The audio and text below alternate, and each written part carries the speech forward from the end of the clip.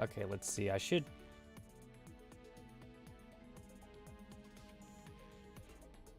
And I'm not getting the data from YouTube, but YouTube also is giving me the green light, so that... I guess this is working.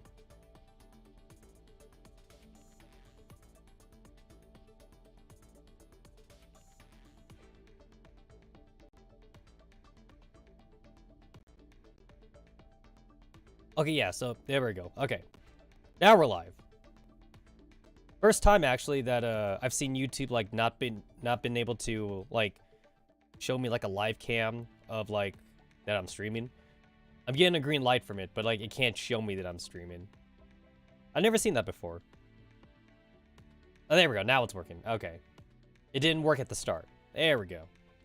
Good enough for me. Good enough. Good enough for me.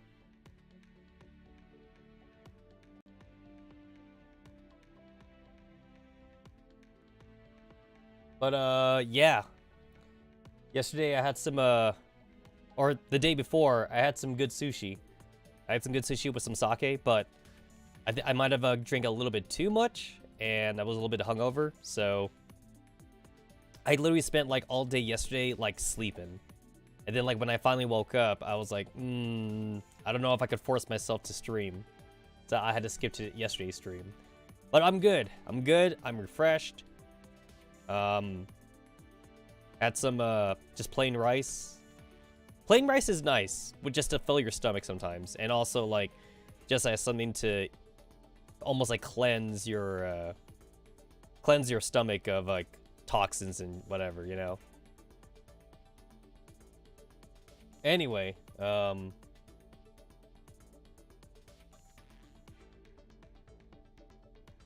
welcome to another Girls Frontline stream. Hopefully this one, I'll be able to finish off the event. We'll see. Howdy, howdy. Howdy, howdy, howdy, howdy. I definitely got to get my hands on, like, those new St. Patrick's Day, Krispy Kreme donuts. I definitely want to try that.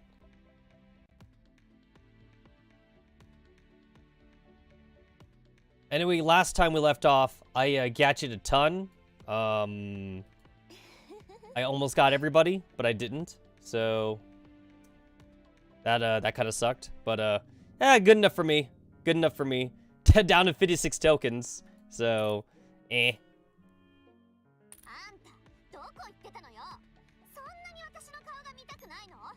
That's good enough for me. You're not gonna get any more money from me, Mika.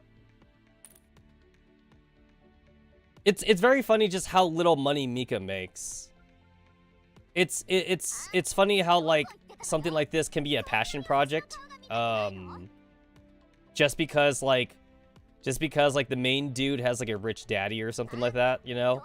It's like, it's too bad that like we can't have more passion projects like that, but you know, of course, you gotta put food on the table. People gotta pay their employees and shit.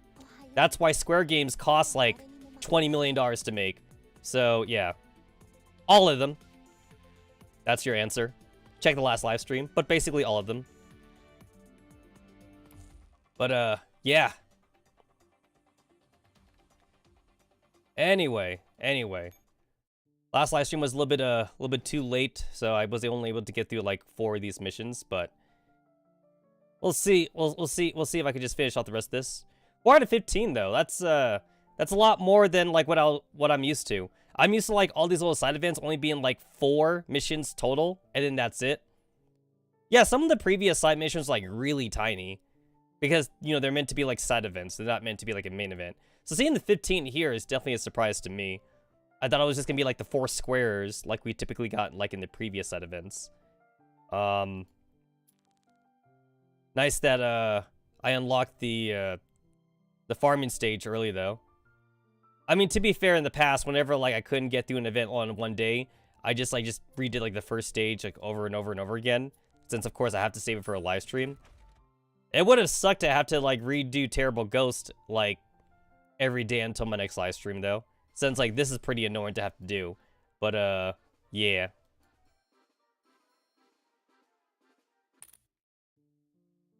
Yeah, but it's a lot of story though, and that's why it's the out of the 15 part, which is what I'm not used to for a side event. Usually a side event really is just like the 4 chapters, and then that's all you get. And then you spend the rest of the time just farming to oblivion. So I'm happy to see this be so much. So that's kind of cool.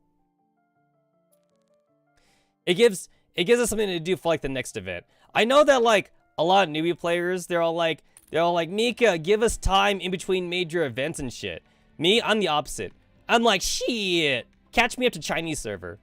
Catch me up. But I can only say that because I'm a longtime player since vanilla, so I can afford the resources.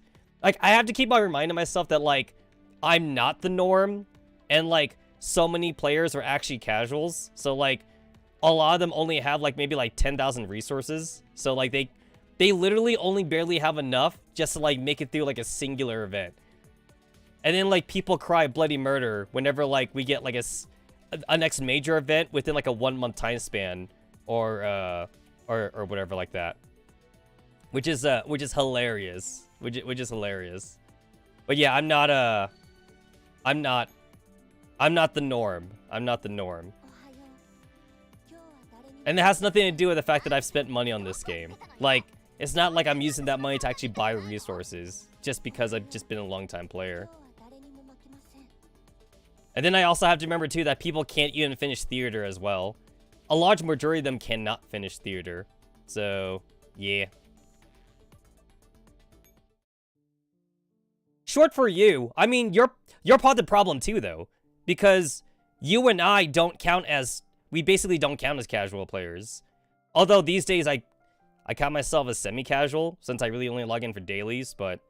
Yeah, you and I are part of the problem, though.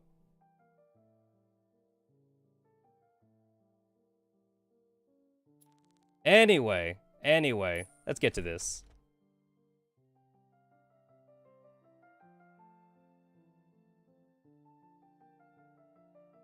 Hello?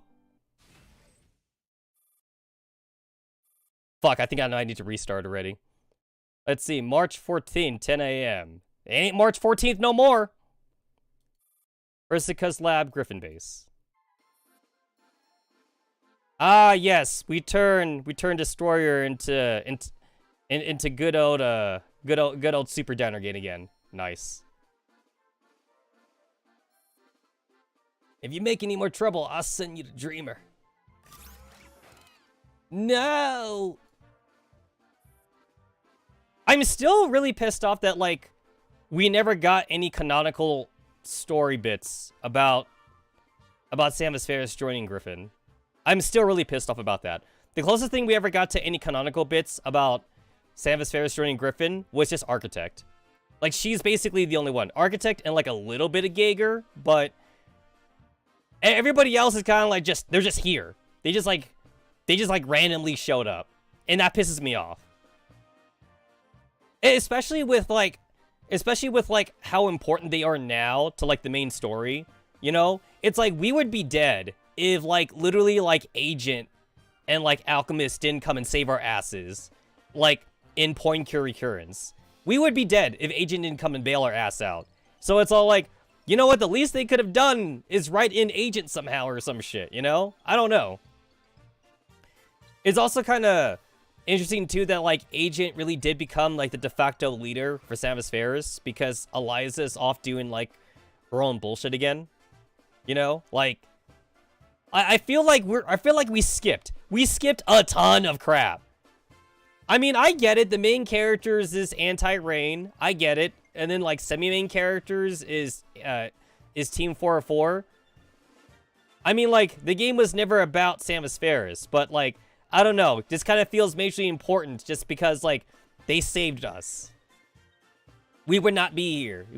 Honestly, to be fair, we would have died a long time ago, actually. It's not even Porn Cure Recurrent. It's like, we would have died a long time ago as far back as, like, Arctic Warfare if it wasn't for, like, some of the contributions that we were already getting from Samus Ferris. It's like, and then, like, after Arctic Warfare, then it's like, hey, like, look at this. Architect is actually, like, not being a dick or something. I mean, Architect is, like, the only smart one of the entire group, too. I mean, I guess Agent's smart, too. But The way I see it, Agent only jumps ship just because Eliza jumped ship. So, yeah. But that's the problem. That's the problem. We didn't get anything out of it. I mean, like, we could, if you want to give this like a real life reason, and like obviously like I don't like real life reasons, but the real life reason is just for the developers to add in a gacha system. But it's like I still want lore about it though. Like honestly, there should have been like legit like an entire chapter. Like don't make it like a main event obviously, but that could have been like chapter 11 or something. Maybe chapter 10.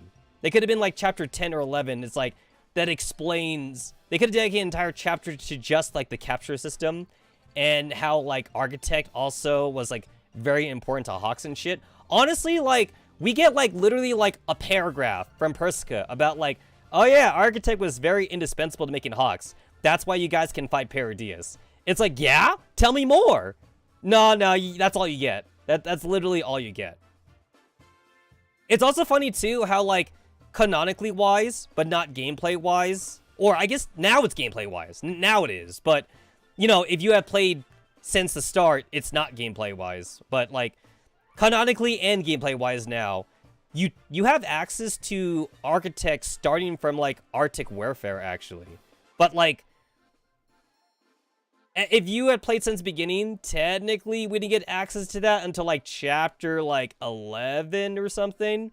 But then like that's only because we had to wait, obviously, for the system to get put in the game. But if you're a new player, though, if you're a new player, like, right now, then, like, you get access to the capture system, like, as soon as you beat Arctic Warfare and stuff like that.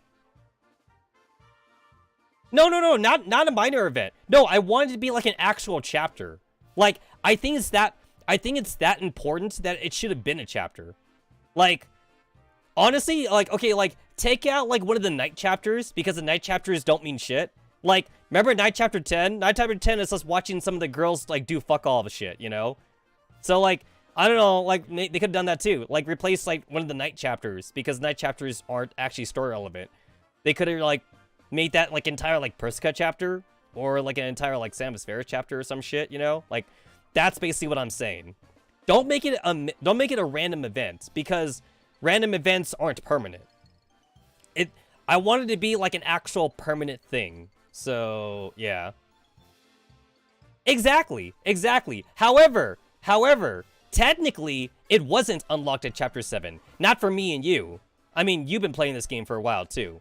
Not for me and you. That shit was unlocked like fucking like somewhere around like Chapter 11 or 12. I mean, again, gameplay versus real life and shit like that. Same thing too for Digimines, for Neuroclouds and shit. Like that one's also kind of a weird thing too. Because if you were to start up like a new account right now, it's like you can unlock Digimine exactly when it's supposed to be unlocked for you, like, you know, via story. But for those of us that have been playing for a while though, Digimine got fucking unlocked like shit, like way past when we should have actually unlocked Neurocloud. Which means technically, for a lot of us, we've been playing the game off story. It's like, hey, we should have Digimines because, you know, like, Anti-Rain's a Digimine. It's like, no, we don't have it yet because, you know, Mika hasn't, they're not done making it yet. And then they finally, like, put that shit in. I mean, it's funny, it's funny just how long we have to wait, too, for, like, for like, how long some of the stuff gets added in, but then they already have, like, the building blocks for it in the game. It's like, we knew about Samus Ferris capture system as far back as Arctic Warfare. Like, they recorded the fucking lines for, like, all the fucking marriage and, like, candidate lines and crap like that, and all, like, the regular factory lines and shit for Samus Ferris, like, in Arctic Warfare. People were already, like, as far back as, like, 2018 or something shit, or 2018, 2019, people were like, hey guys, like, I extracted the files from Girls Frontline, and here's the files for Samus Ferris. And everyone's all like, whoa, what? No, when are we gonna get it? Are we gonna get it soon? It's like, nah, not soon. But you get to enjoy the lines while it's still in there, though. Same thing, too, for the pet system. It's like, we found out about, like, the pet system, like, probably, like, almost, like, half a year before it came out. But then, like, why did it take, like, an extra 6 months for the pet system to get put in? And the Tuba Fairy system. It's like Mika always seems to have like the base files for like every system like before it actually gets put in the game, which like kind of like bloats the data for the game, but then like it's not in the game yet. And then we had to wait like almost like another half year. Or in Samus Aran's case, we had to wait like arguably 3 years. Like 2 or 3 years before like that shit got finally like put in. It took so long to get Samus Aran's capture in the game, despite us having the files for it, that a lot of people were like, you know what? I bet it's a fucking troll. Like it's the biggest troll ever. Mika took the time to record like fake voice lines for Samus Aran, but they're never gonna put it in though, because hashtag it wouldn't make sense or some shit. Hell, right now, I'm still arguing that like you could almost argue it doesn't make any sense because we haven't gotten any actual storyline crap about why Samus Aran is even with Griffin in the first place. We've only gotten something with Architect. Architect's the only one that makes sense because she gave her reasons already. We never got a reason for like any of the other bitches. It's like I could probably give like somewhat like theory crafting reasons for the other girls, but like unless I see the girls say it themselves, it doesn't count though. It's like Destroyer's only here because like Dreamer's here or some shit. But then like, what if Dreamer didn't want to be here then, you know? Architect's the only one that makes sense because she actually said it. She's like, hey, like, we could be homeless or we could actually have a home. And the commander is like not like T-Doll racist. So yeah, this seems like a win-win to me. And then same thing for Geiger. It's like, I really wanted like a second chapter for Geiger or some shit. Because like, the last time we saw Geiger was all like, I don't understand. I don't get why you'd want to be with these humans or whatever. Like, Griffin are the enemy. And Architect was all like, yeah, they were. And Eliza's gone now. And SF ain't shit now. And Agent's a bad leader. So, I don't know why y'all still holding on to SF. Griffin all the way, yo. I get fed. I got some homies. At least for the homies that, like, you know, want to be friends with SF and shit. And the commander's pretty nice. He gave me a fucking oath ring. Okay, that didn't happen, but I like to believe that happened. It's like the entire time, like, Architect be spitting facts, and Geiger's like, I don't get it. I don't fucking get it. And then next thing we know, yo, Geiger's here, and like, I'm just here going like, yo, what happened though? Like, what the fuck happened? It's like, I can somewhat theory craft that like, Geiger has the same reason as Destroyer, and like, Geiger and Destroyer probably don't give a shit. They're only here because like their Onesans or whatever are here. But I need more though. I need more than the plausibility of like knowing why they're here, you know? It's like, did Geiger come around to it? Or is Geiger technically forcing herself to be here just because Architect is here? Like, the moment Architect decides she wants to go, Geiger might follow her. Or maybe Geiger did come around. And Geiger's like, okay, I see where you're coming from now. I see where you're coming from now. It ain't bad here. And we're not living off the streets anymore. Because that's basically what they were all doing. They were just living off the streets.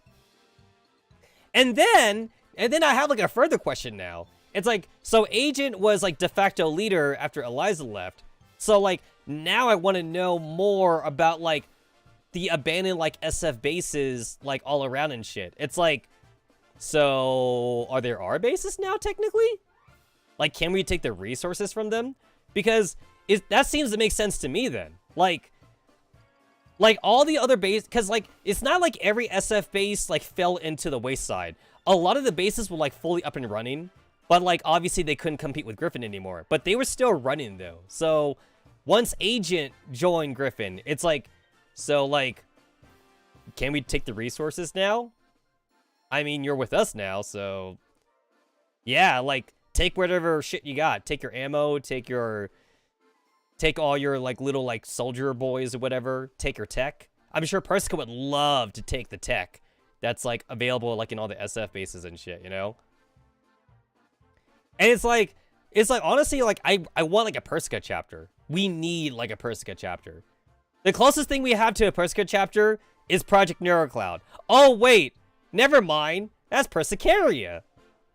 And arguably, the commander is actually more of a main character in Project Neurocloud than he is in this game, actually. Like, The commander is a main character for this game. I want to say, like, up until, like, probably chapter 6. And then, like, after chapter 6, I feel like the commander is, like, less important now. It's really become more the, you know, M4 team anti-rain show now.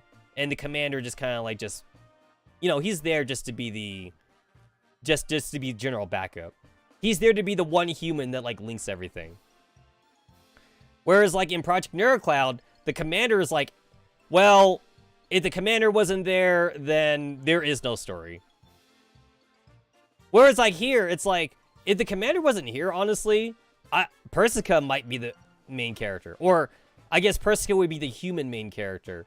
And then, like, Team M4 would just kind of do the same shit they've always been doing. Hell, I'm still waiting on the fucking M16 chapter. Like, I don't want a chapter where, like, M16 just shows up for 10 seconds and beats a Chad. It's like, show up, save M4 for, like, the 1000th time, and then, like, leave without saying anything. No. I don't want that. I don't want that. I want a dedicated chapter about M16 with, like, side characters Beak and Eliza or some shit. That's what I want. I feel like Mika had, like, this entire, like, long-ass story about, like, Beak or some shit, and they had to throw it away for some reason. Because we ain't got shit on Beak. We ain't got shit on her. She showed up, and she introduced herself, and then, like, M16 said, yo, I'm taking your fucking bike. And then Beak is all like, no, it's my bike. And M16 says, fine, then drive me. You're my fucking Uber. That's all we got. That's all we fucking got from Beak. It's like, maybe Beak might have had, like, more important, like, lines if, like, SF was around for a little bit longer. Like, maybe for one more chapter before Eliza left. It's like, Beak was made at the tail end of Eliza being the leader of SF. Before Eliza fucked off and said, you know what?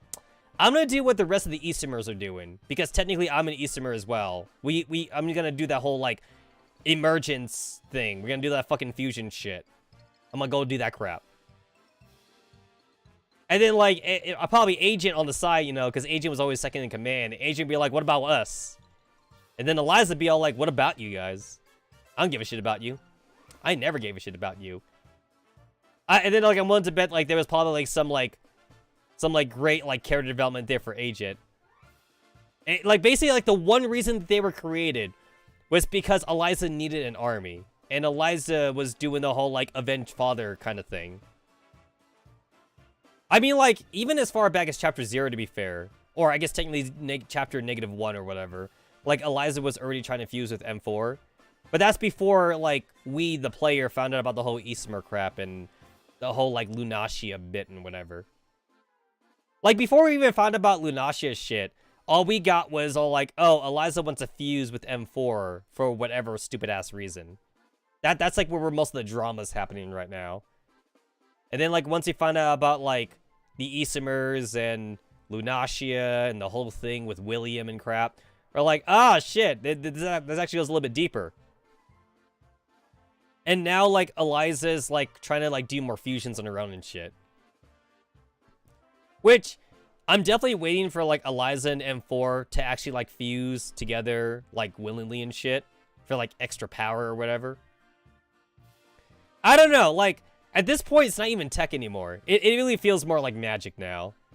The weird-ass shit that, like, M4 and, like, a lot of, like, what the Lunacia Eastermers are doing and crap at this point. I mean, obviously, Paradius got a lot of tech, but there ain't a whole lot of tech being used for, like, M4 and Eliza. It really does feel like they're pulling out the main character card for that. It's like, where did you get all that shit from?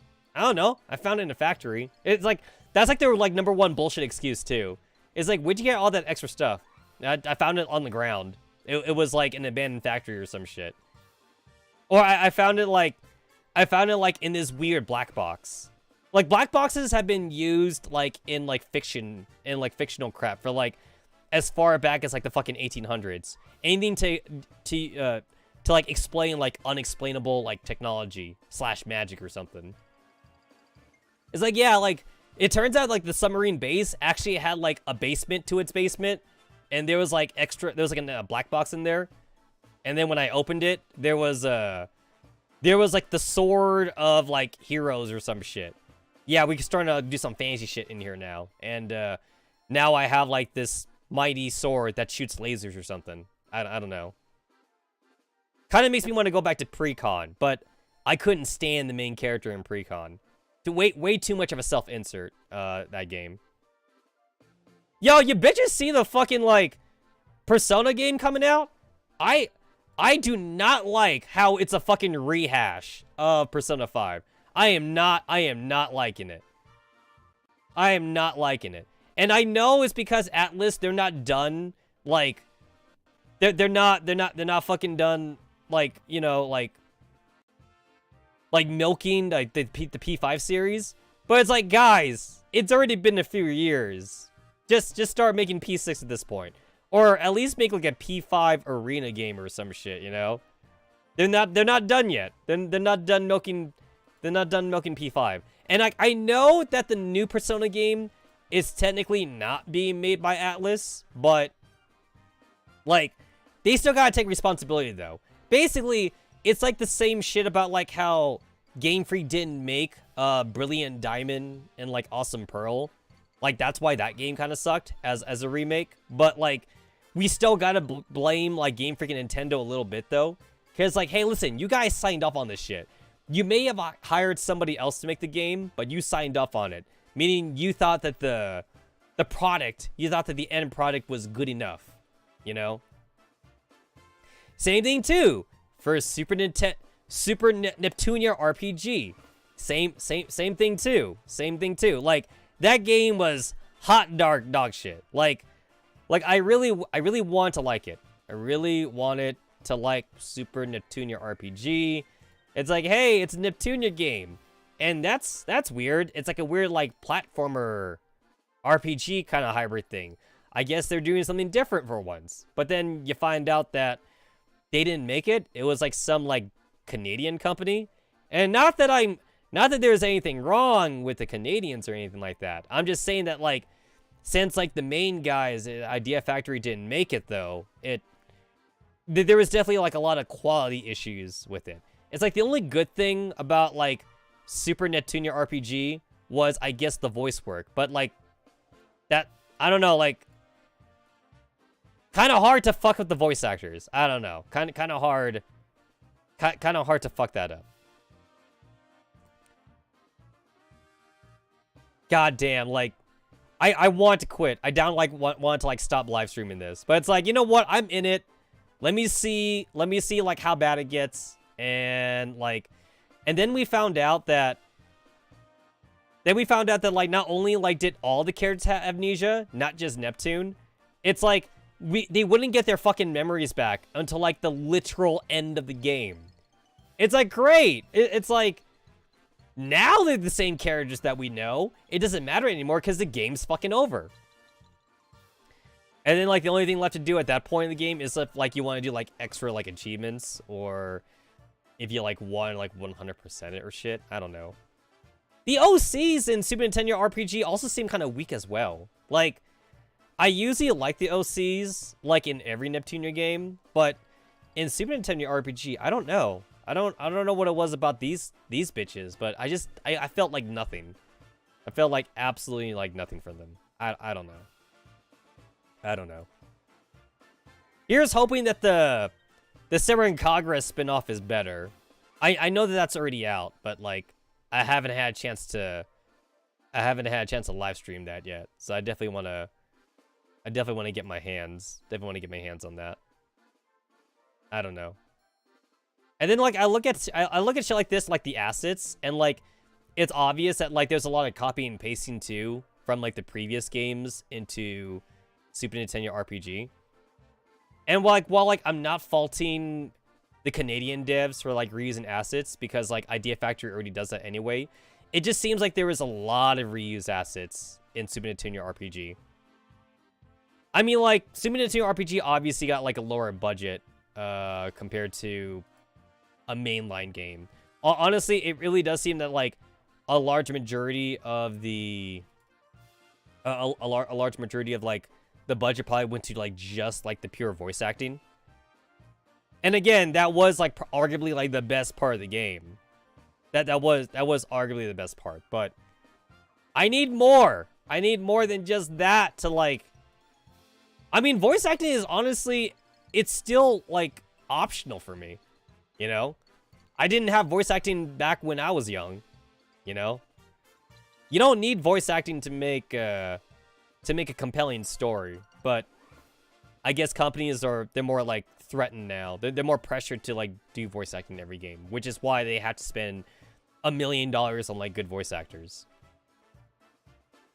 I mean, they could try taking a risk and like hire cheap ass like Niku Doga like voice actors or whatever, but then like it'll probably be like their first time working in a professional environment and it may not be that good.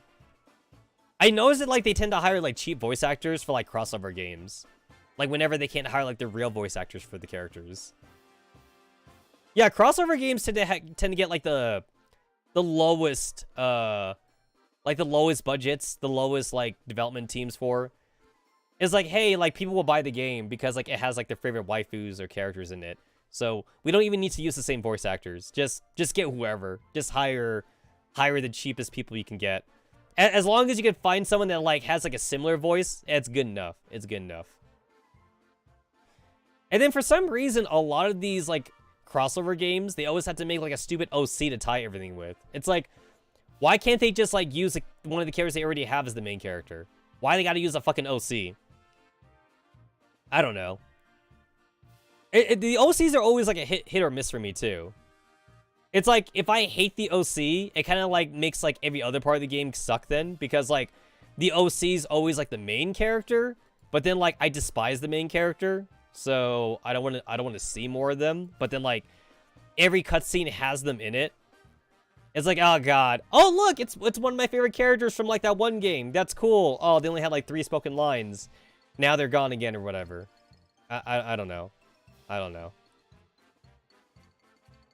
I can't wait for like the next game to come out though, because like it's actually based on like adult Neptune, and like that'd be pretty cool. I think this will be the first game where like adult Neptune is like actually like the main character. Because usually we always got like glimpses of like adult Neptune, but she was never really like the focal point though.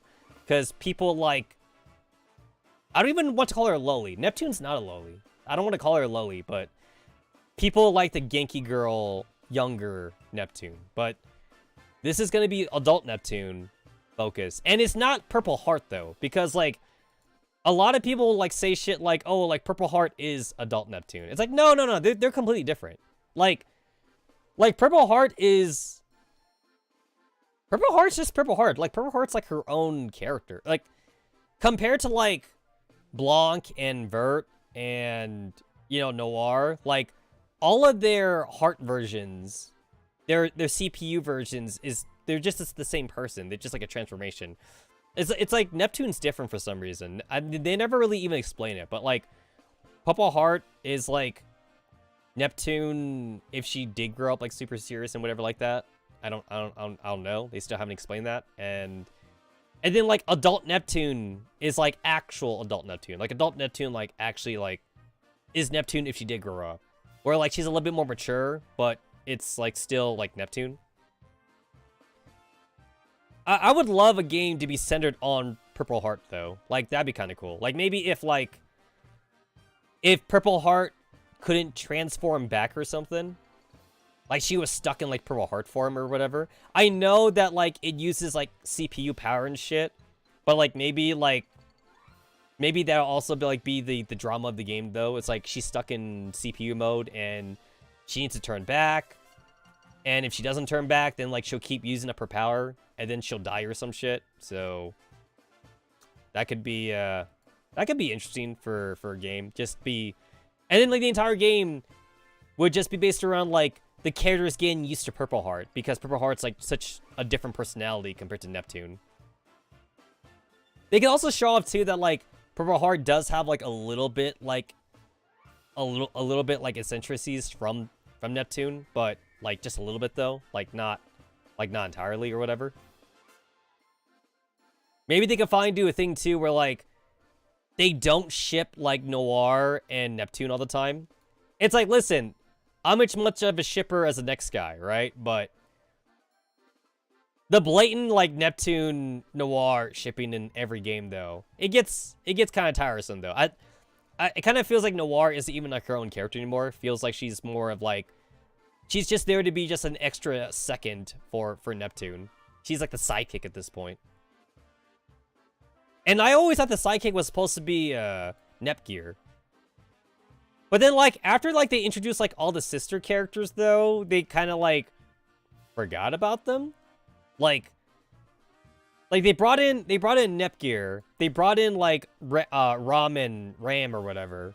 They brought in the fucking PS Vita, which no one cares about anymore.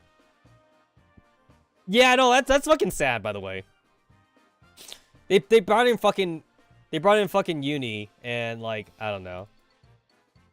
Yeah, remember her? Remember her? I can tell you that Noir doesn't remember her, like, at all. It's like Ram and Rom get more screen time just because like Blanc is a much more popular character. So Ram and Rom by extension, they get to be like at least they get screen time. And then Nepgear gets screen time just because of Neptune. Because main character status and like shit like that.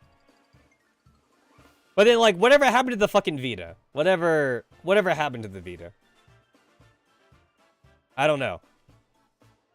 I don't remember what happened to the Vita because Sony doesn't remember what happened to the Vita either. Sony doesn't remember, and neither does Idea Factory. I haven't played the new Fairy Fencer game yet. I wanna try the new Fairy Fencer game. I used to like suck Idea Factory dick so hard on this channel, but like, not so much anymore now. Now they're just another company. I don't really know. They still make fun games though, but I just really hope they don't go in the I really hope they don't go the same way that Senran Kagura went off, where like Senran Kagura used to be like one of the main games from Marvelous I always used to look forward to. And then like there's the whole like censorship problem with Senran Kagura, and it's like they can't really make PC games because like they had to keep making games on console. So, and consoles are much more strict on censorship. So like that's a problem. That's definitely a problem. It's like I forget which game it was. I think it was Estival. I think Senran Kagura Estival was like one of the main ones the dev was talking about. But he was all like, he had to change the game like 5 times though, because like, I guess like whatever their original ideas was, like Sony or Sega, or not Sega, but like Sony or like Microsoft, like they said it was like too lewd or some shit like that, and like they wouldn't let them like make their game on their console or whatever. Nintendo was a little bit more free-roaming, but like Nintendo still had censorship too as well though, so they had to keep on changing it. It's like, I think like Senran Kagura, like Peach Splash or whatever, like that one was like as much fan service as like they were able to get basically. And then like after like Peach Splash, like we could never get a game like that like ever again. That they basically like hit the limit on like what they could do for fan service. And the only way for, I guess, the main writer or whatever to like get the kind of like story that he wants to tell for Senran Kagura, he wouldn't, the company itself would basically need to like make the Senran Kagura like a PC only game series. But I don't know, I don't think they've ever talked about like why they have to keep on making games for consoles. I assume it's just because they don't make enough money on PC. And they don't know how much money they would make on PC if they were to like go full PC, because like not everyone is into the lore, not everyone is into the real life lore, like for the developers and shit. So by not making it on console, they're too afraid of losing too much money, basically, which is a shame, because like people like me care about like the real life stuff that goes on into making these games. And like if they were to tell me that the next game they're making would be PC only, but now it could have like all the lewd fan service they want though, because obviously there's no laws, there's no censorship on PC. then that'd be great. That'd be great. But, like, they can't because not everyone cares about that. So if they make a game on PC, they would just get too many complainers, you know, from people saying that, like, oh, like, I don't have a good PC, I can't play the game, even on the lowest end. I have a potato PC or whatever. Or, like, you know, like, the strongest thing I have, it's the PS5, because I actually got one. There's too many console gamers to leave out, basically. So they had to make all their games multi-platform. They just can't go full PC. They don't know. But they don't know how much money that they're going to lose, or they don't know they're gain money, because, like, that's a pretty long shot if they will gain money. So that's why consoles are still here. Because consoles are such an easy thing to sell. Consoles, they're easy for soccer moms, but they're also just easy just for, like, the general Japanese public, too. And I think that's another thing, too, that people are forgetting, is that, like, while, like, the Western market in general is, like, very PC-orientated, the Japanese market, or not even the Japanese market, even the Asian market in general, is still very console-heavy, is still very handheld-heavy. Just because, like, a lot of those people, they can't afford to sit at home and play on a desktop PC. They had to either game on the go, or they don't have time to be worrying about, like, what graphics cards do I get? What processor do I get? I gotta make a new PC and shit. Even though the lifespan of a PC is supposed to last you at least about 6 or 7 years, you know, obviously, companies, they try to, like, sell you into buying a new PC every year and shit. It's just much more easier for a lot of consumers just to buy a console and just be done with it. You know, I'm gonna buy a PS5, I'm gonna buy a fucking Xbox One, and then I'll just buy whatever games are available to it. Because, like, you gotta have a potato PC, and, like, that's enough for most people just to, like, you know, look at their emails and watch YouTube and Netflix and shit like that, you know? And these days, it's actually becoming more and more cumbersome just to even make a PC now, because, like, you don't even need that shit now for Netflix, because you could just buy a Fire Stick, or you could just buy, like a Roku box or some shit. A lot of smart TVs now, they're starting to come out with, like, just like those programs, like, already installed on the smart TV itself, like Netflix and YouTube and crap. So there's almost more of a reason now for people to have a potato PC. It's like, you have a potato PC literally just to, like, hook up to your router, so that way you could just do, like, the basic, you know, like, maintenance on it or whatever, or just to have, like, something more sustainable to look at your emails on or whatever. But even then, people use smartphones for that. A lot of people are more willing to spend $1,000 on a smartphone than they are about, like, you know, spending $1,000 on a PC that they can only use at home. You know, it's all about that fucking portability and shit. Even I have to admit, too, that, like, I never really was into the laptop market. Like, I spent, like, literally my whole entire life just on a desktop. But there were times, though, in my life where I thought to myself, like, you know what? It would nice be to have a laptop at this very moment. You know, just, like, to have the portability. It would be nice. And, well, here I am, like, 30 years later into my life, and I finally got myself, like, an actual laptop. Like, my laptop. Not, like, me borrowing someone else's laptop. But I finally have a laptop that belongs to me. And, like, yeah, you know what? I definitely love the convenience of it. I mean, like, it's never going to beat my desktop, but that's just because, like, I'm typically the type of person that, like, doesn't like to do things outside of home. If I'm outside of home, I'm not looking to game. I'm not looking to do extra stuff. If I'm out, it's because I'm either working or I'm on a date or something. Like, if I'm out, I'm actually out. I'm trying to actually get away from my PC. I'm trying to get away from my game consoles or whatever. I don't know, like, I can't be that introverted. I need, like, fucking people interaction. I need to go to the club. I need to go to the night. I need to go to, like, the bar or something and actually, like, associate with people. If I, like, stay cooped up at home for so long, even if I have, like, a big backlog of games and anime to watch or some shit, I just go crazy. The only reason why I was even able to stave off, like, cabin fever, like, during the COVID quarantine, was because I was technically breaking quarantine constantly and just, like, visiting friends or whatever. It's funny because I only caught COVID once, because, like, you can catch COVID multiple times. One of my coworkers is an old guy, and he caught COVID, like, 3 times, he said. I've only had COVID like one time. And I think I know who gave it to me, but I don't want to say who gave it to me. But I'm pretty sure I know, though. It's not that it was her fault or anything like that, but I'm pretty sure she's like one of those like asymptomatic people. So I think she's the one that gave it to me. But she did find out that she had COVID like a little bit later. And I think afterwards, like, I got COVID. I mean, like, I can't really correlate the two that much, but I'm pretty sure I got it from her. I don't know. Okay, I got a little bit I got a little bit off topic there. I got a little bit off topic. I'm going to I might like highlight that. I might highlight that. Where's the button? There's the button. There's the button.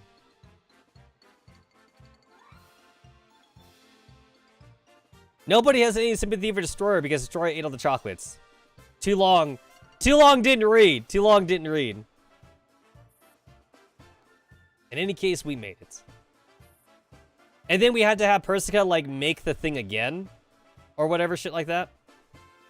Looking at the now tidy stacks of carefully labeled chocolate, everyone, lets out a sigh of relief. Because, like, before, Persica just made, like, a mass production machine. But they weren't individualized for, like, the person. And they didn't feel like Valentine's chocolates.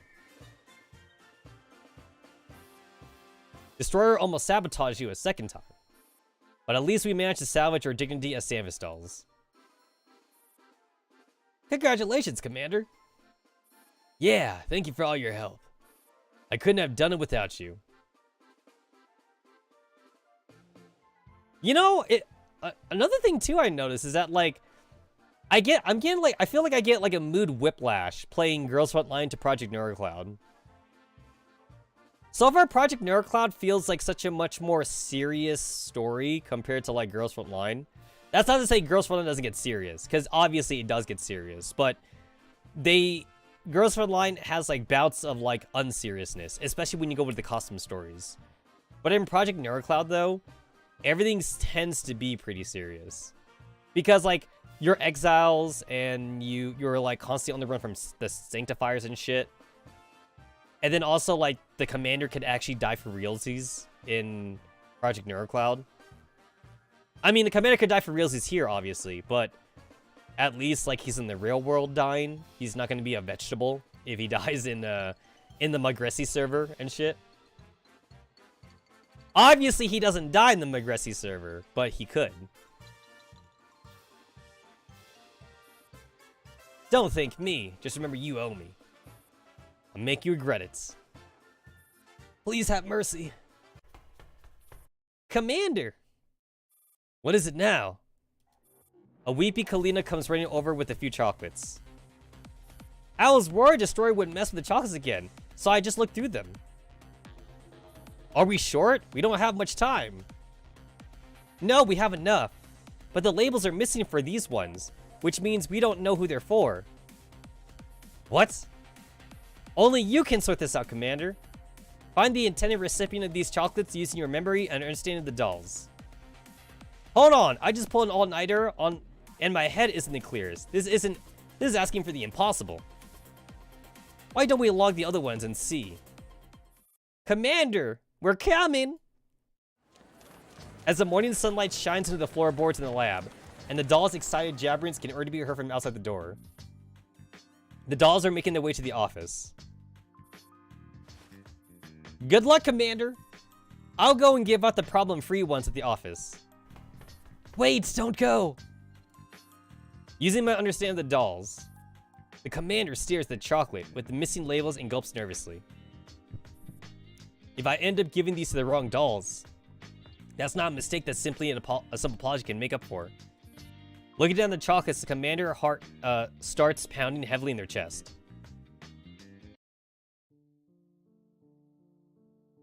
Oh, nice. I love the hunter costume. Nice.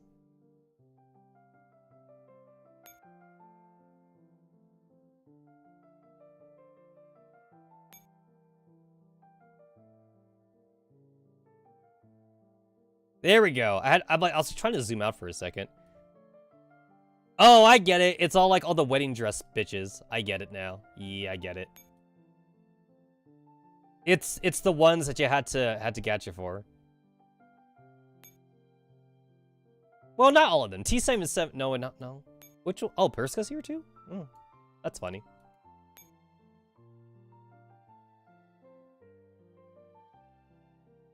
Persica, you can't fight. But you know who could fight though? Persicary could fight.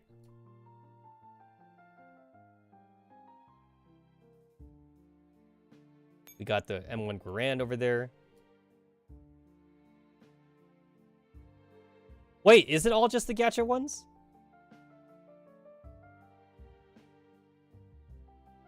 Who was the ungacha one? I think it was K5. K5 was the ungacha one. I gotta check now. I wanna check.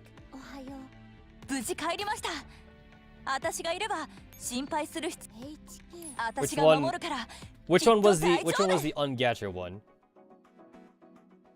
指揮官様、今日は何もお買い上げにならないのですか？もたもたしていたら残業タイムに突入しますよ。 Oh, that sucks that like it's not even like at the beginning of the list anymore. Like now I gotta like scroll to check. There we go. This works. It was Falcon, it was K5, and it was Type 79. Ah, okay. It was all three, you bitches. Yeah, that's expensive. Just to buy them all.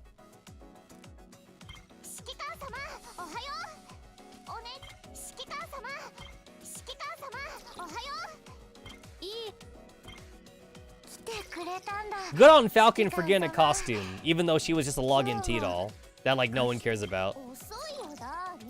Good on her. Good on her.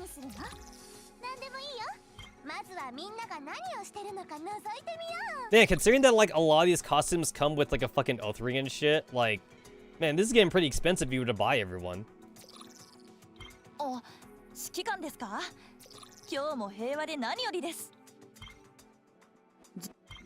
I think I saw somebody on Reddit like calculate like how much money it would take like in pure gems just to buy all the costumes.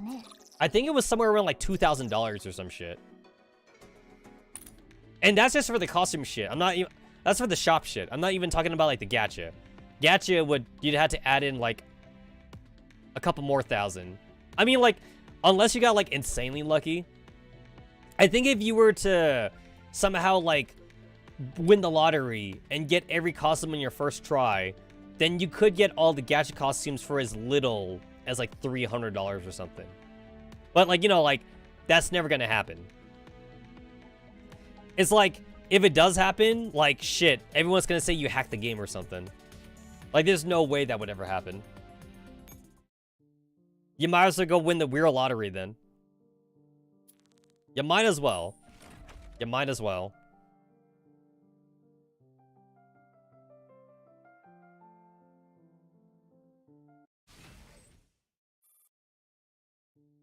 Alright, so what the fuck am I doing? Give Lewis the chocolate she likes, gives Falcon the chocolate she likes, gives 79 the chocolate she likes. Uh-huh. Give Hunter chocolate she likes, so... Okay, so Hunter likes the dagger, LW likes the dagger, K5 likes the crystal thingy. Unknown victory condition, not else who is there. There's Persica. Persica's there. That's who else is here. And I see that in order to get to Persica, I must fight Destroyer. Alright, alright. Alright, game, I see what you're cooking. Chocolate Cthulhu? Chocolate Cthulhu? What the fuck?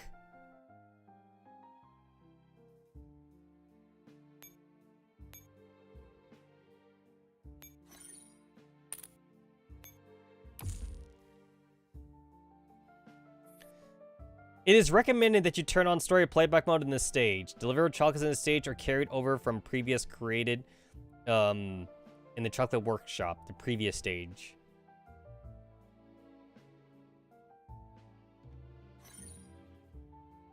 Got it.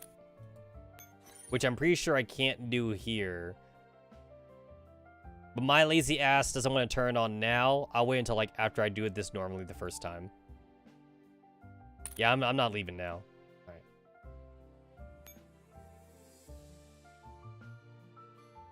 Alright, and then the commander can only, like, do one at a time and shit.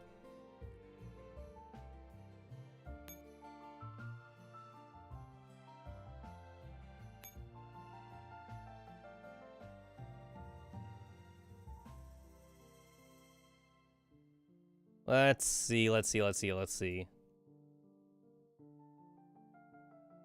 Type 97 and Type 79 are the closest ones to me.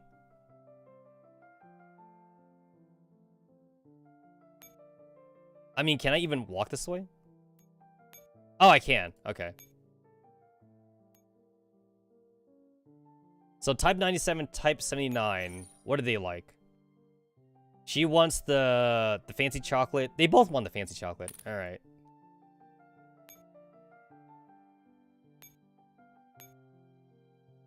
Carrying the peppermint air. Got it. So you really can't only just do one at a time then.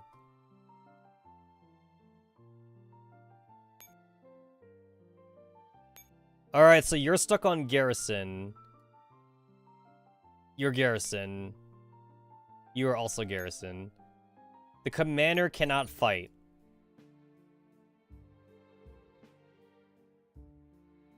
Yeah, so the commander can't fight.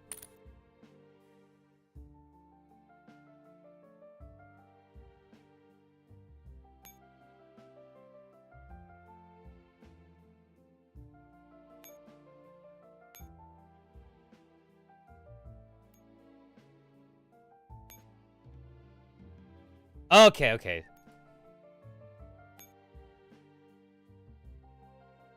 Friendly echelon cannot be directly commanded. Please use battle strategy instead. Got it.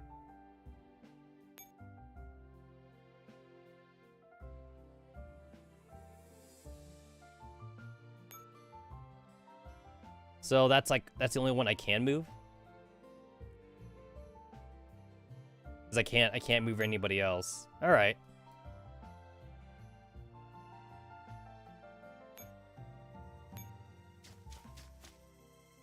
A mass-produced run-of-the-mill chocolate. It tastes ordinary, smells ordinary.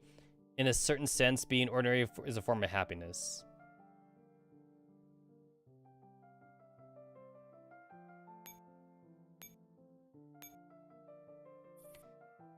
Let me see. Cacao New World picked up. All the little ones in search of chocolate will probably love this flavor.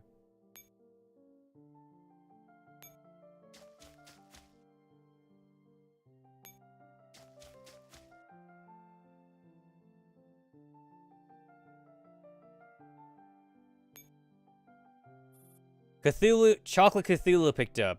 The calorie bomb is probably the one. Who will take this. Oh, okay, I get it. That's for that's for Destroyer. I get it.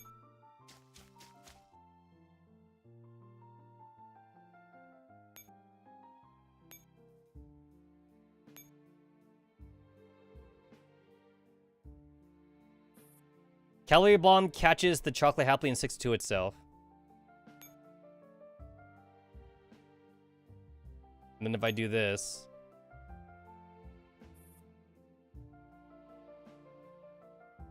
Ah, okay. I get it now. I gotcha.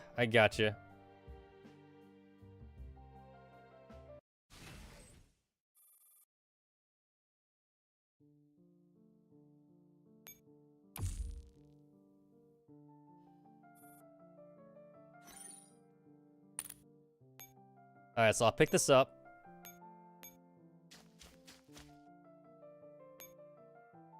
Oh my god, Watt 2000 made that? That makes sense. That makes total sense. The calorie bomb is probably the one who would take this. Okay.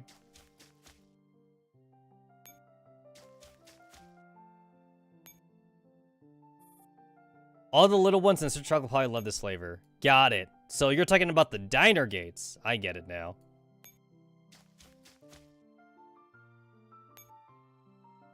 I get it.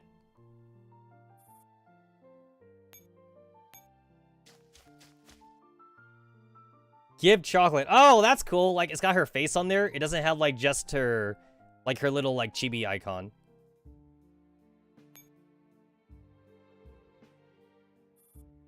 Happy White Day, Type 97.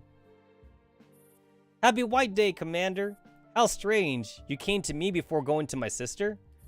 Did something happen? Oh, shit.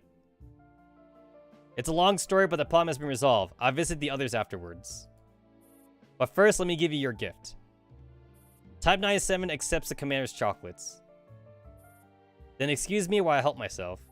Thank you, Commander. You're always dull on me like my sis. Just be careful or I end up becoming a really spoiled kid one day, yeah? If you do, I'll tell your sister. Then she'll give you a good dressing down. Say, what? Commander, you're so mean. If you don't want that to happen, you'd better behave. Keep being a good... God damn it. I don't know why, like... I don't know why I keep, like, skipping that. Keep being a good kid, okay? Or in that case, I'll be waiting for more chocolates next year, Commander. Happy White Day.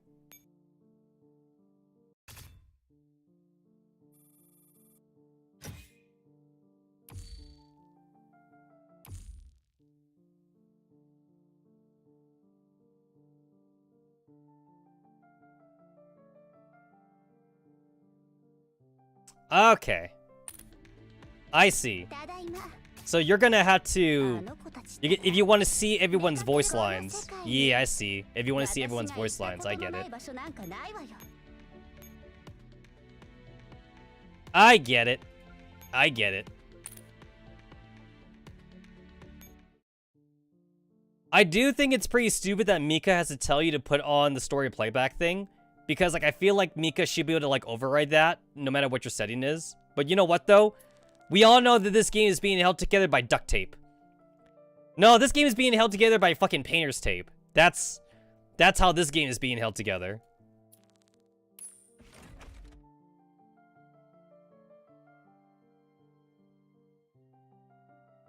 It honestly, like, it feels like, I hate to say it, it feels like whenever I play this game, after I get done with a session of, like, Project Neurocloud, it literally feels like this game's a downgrade. Obviously, I'm here for the story. I'm obviously here for the story, but, like, it feels like such a downgrade after I get done playing, like, Project Neurocloud or something. Project Neurocloud is such a, is such, like, a much more well-made game. They probably had, like, a bigger budget for just the programming itself for Project Neurocloud.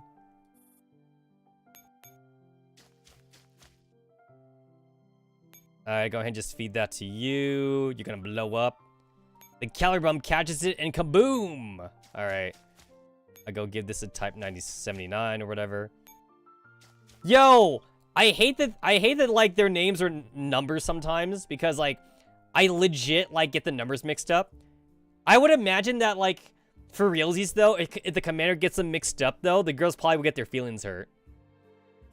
Like, if the commander ever calls, like, Type 97, Type 95 on accident, or he calls Type 95 and Type 97, they'd be all like, Commander, how dare you get confused with me and my sister, just because we have similar numbers.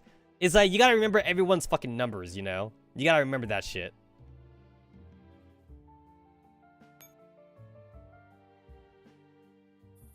Happy White Day, Type 79. It's like, I'm sorry, I set the wrong number. Waifu number 325. Your waifu 78, your waifu 92. This is waifu number 6. It's like that new light novel making its headway, right? The one people are talking about? What is it? My 1000 Girlfriends or whatever like that? Oh, there we go. 100 girlfriends who really love you. Yeah, there we go, there we go. Except the commander has more than 100 girlfriends, though, right? The commander has, like... The commander's... At this point, commander's got, like, 300. Commander's got, like, 300 girlfriends. And we all know that Groza wins in the end. Also, it helps that PNC does not have years of added content that would make the cold spaghetti. Exactly. Exactly. Honestly, that's actually my hope for Girls Frontline 2. Like... I hope the only reason Girls Frontline 2 is taking them forever to make is because, like, it's not that they're working on voice actors. It's literally because they don't want to have spaghetti coding. They're taking more time to work out the coding issue for Girls Frontline 2, so that way, like, it doesn't become, like, dog shit, like, once it gets to the player.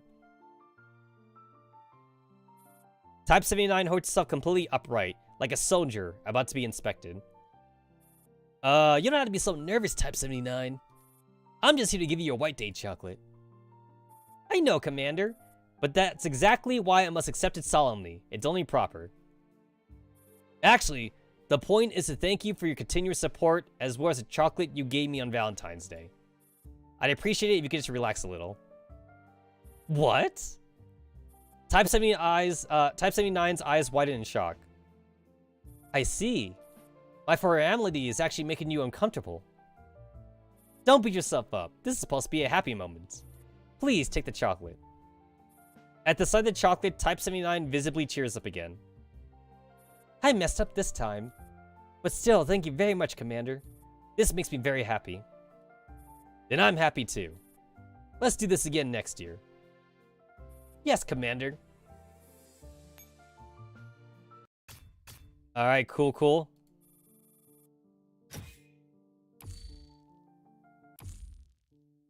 I like how, like, if you don't have an actual echelon on the field, the game's defaults to, like, whoever is in your first echelon.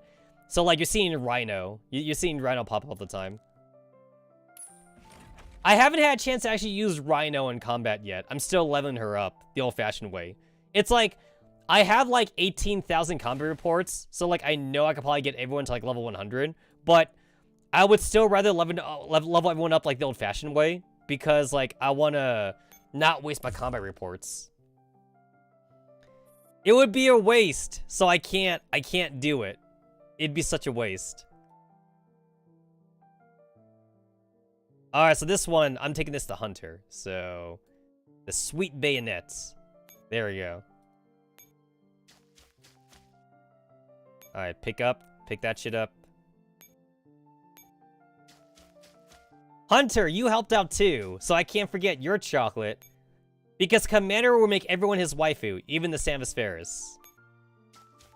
I'm still waiting for Mika to let us, like, oath the Hawks, though. I'm still waiting for that. Mika, let me oath the Hawks. We're crying out loud.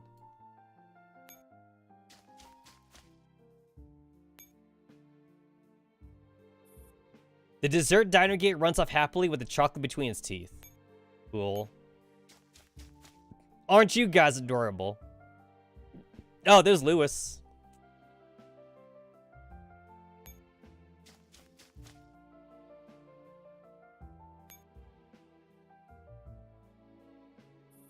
Happy White Day, Hunter. Thank you very much for your help this time. Oh my god! She looks amazing. She looks downright amazing. Yo, the gun though. The gun is like very fancy though. The gun kind of it kind of reminds me of like Bayonetta's gun for some reason.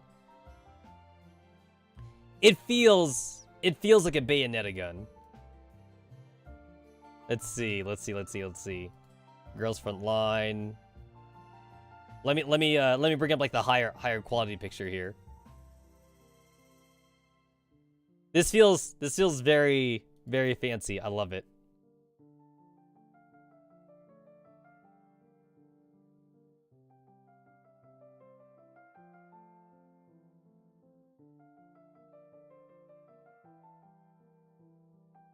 Yeah, I like the way the gun looks, honestly. I love the way the gun looks.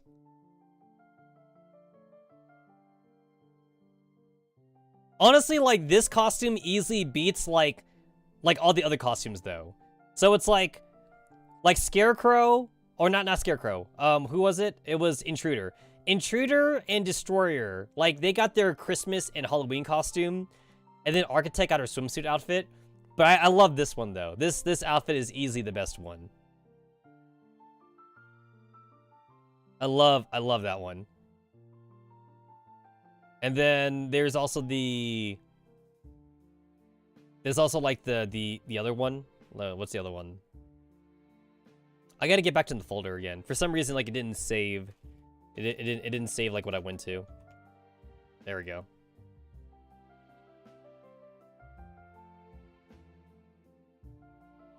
There we go. Now this. I love this. Holy shit, do I love this. This is definitely Oath Ring worthy right here. Like 100% Oath Ring worthy.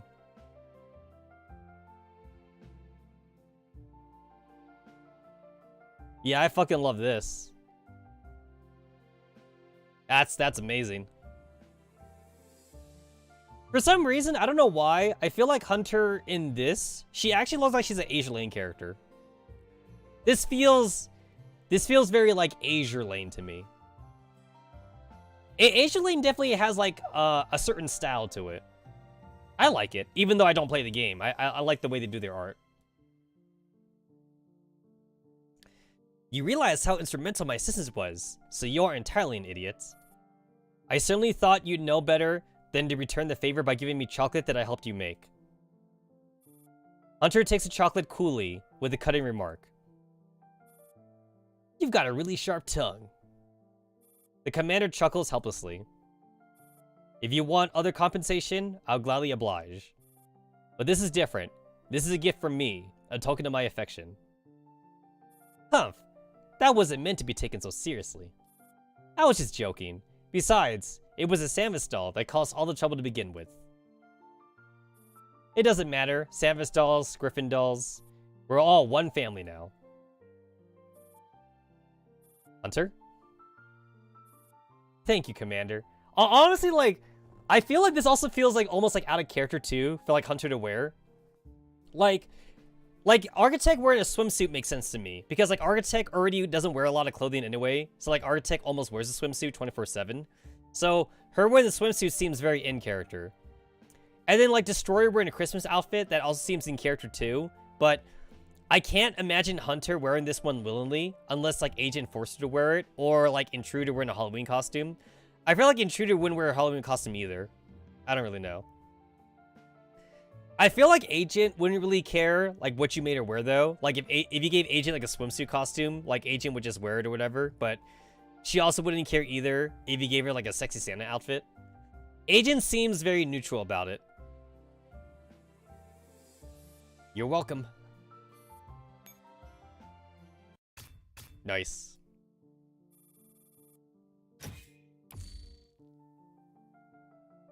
I actually wonder, the Marvelous Mashup game, like the little arcade mini game that's in Nerd Project right now, could they put that game in here, like in Girls Frontline? Like, could they do that? Or is the coding too terrible in Girls Frontline that they couldn't add it in here?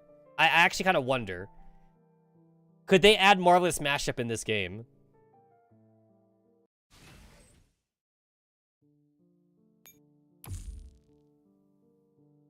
Alright, what the hell does Falcon like? Oh, Falcon also likes the... Falcon and Lewis. They both like the minty chocolate thingy. Alright. Peppermints. Peppermints. Man, I don't like mint chocolate. To me, like, mint chocolate is like fucking toothpaste. Like, you're eating toothpaste. And then, like, honestly, like, I don't get how people can like mint chocolate chip ice cream. Same thing. It's toothpaste. It's like, if I want to brush my teeth, I'd just go and brush my teeth. I don't know. I don't know. I don't get it.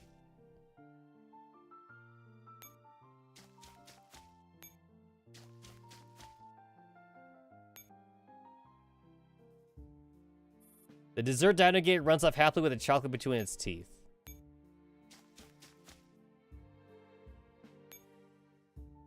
Wow, Falcon, you actually look like a main character for once. Yeah, she looks really nice. Again, it is a bit sad that, like, she was just a login character. So, like, she was never going to be that good in the first place because login characters are never that good. But, maybe she could get a Digimon. If she gets a Digimon, it's like, it might make her playable. It's like, that was my one complaint about, like, all the login T-dolls. It's like, especially now, the login T-dolls are, like, doubly worthless. Just because, like, they were never that good in the first place. It's like every once in a while though, like I know on Reddit people were talking about like a login TDAL that's actually usable if you were a brand new account though. And that's like the caveat too.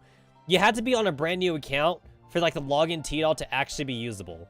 And a problem with that though is that like since login TDALs you couldn't get dupes for, you had to use cores for them though. So it's like, would you even want to core them? Or would you just use a core for like your 5-star TDAL?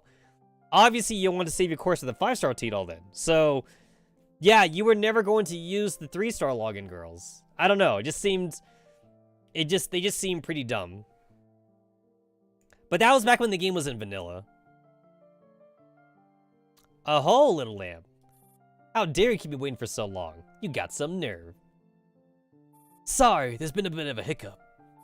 But fortunately, we got there in the end.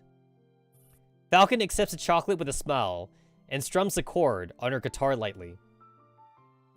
Haha, I get it. Even the most intricate of chords can sound discordant, right? That's a rather odd analogy, but I suppose that's more and less true.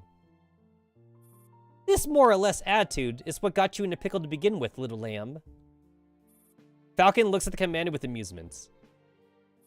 You still got chocolates to give out, right? When you're done, come listen to me play, will you? I'd be delighted. Thank you, Commander. You really are my little lamb.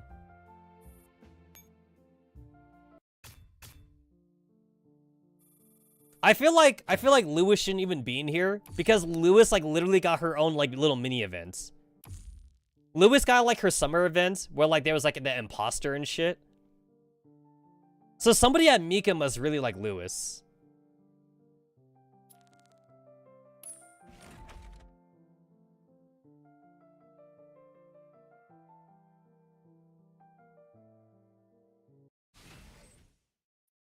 With how short this event is, considering that you could just beat this event like on one playthrough, I feel like they could have added in like the other wedding dress girls. Like they could have added in like Fal and like MP5 and shit. They could have done that. That would have been cool. It would have been a lot more work, but it would have been cool. Oh, I'm just noticing. This is like Mika's veiled attempt to like make a heart right here. Yeah, that's a heart. Yeah, I'm just noticing that.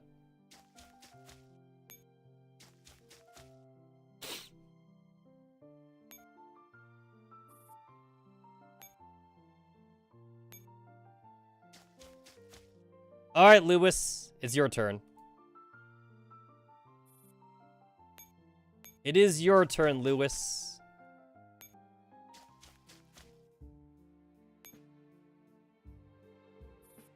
Dessert Diner Gate.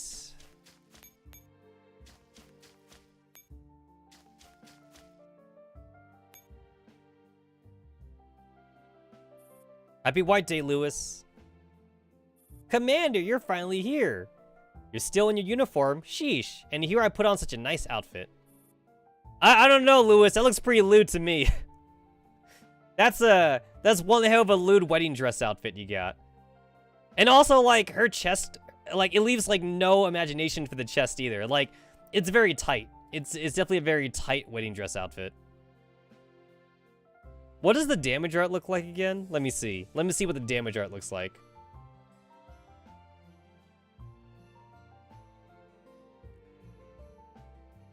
Oh, that damage outfit, though. That makes me feel something. That's, the fan service, man. The fan service is off the charts. I love it. I love it. Wait, there's not a lot of fan service, I'm remembering now, in Project Neurocloud. Yeah. Project Neurocloud doesn't have a lot of fan service, now that I think about it. Huh. Yeah, like I'm thinking about it. I don't remember like a whole lot of fan service actually.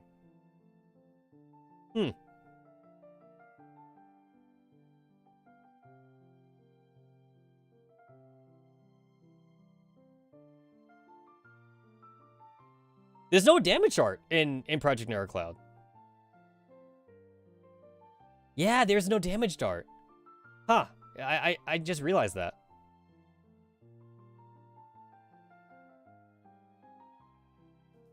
I made this myself, you know.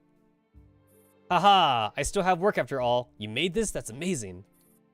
Here, you've been looking forward to this for quite a while, haven't you? This chocolate is for you. You bet. I've been waiting and waiting since I came back last night. Thank you again, Commander. Lewis accepts the chocolates happily. You received a lot of return gifts. Heh, because I've given chocolates to too many people. I feel compelled to give chocolates to anyone who looks pretty. Aha, can you carry them all? It's fine, I'm very strong.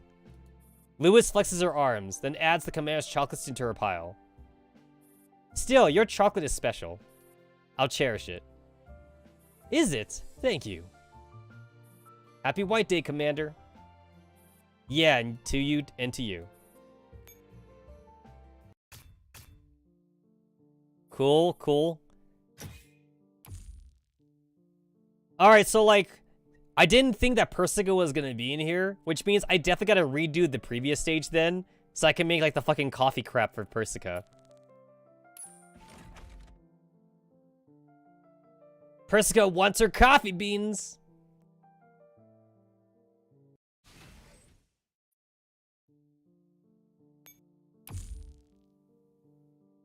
Man, I wish I could like coffee, just because like everyone seems to go crazy for coffee, and I just feel like I'm being left out. I wish I could like it. I want to like it. I want to like coffee. Okay, so LWMMG. The fuck was her? Oh, the bayonet? Got it. If you want to eat this present, you need a good set of teeth. I mean, I'm sure you could, like, melt it down and make hot cocoa with it or something.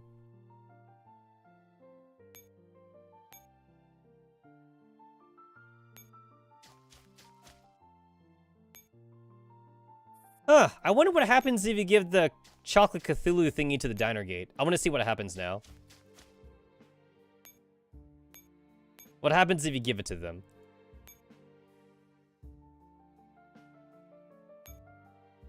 Oh, it doesn't give me the option. So, I get the option to give the cocoa to, like, the black beans, and then, like, they don't go away if you give it to them. And then with this one, okay, yeah, so I only get the one choice then.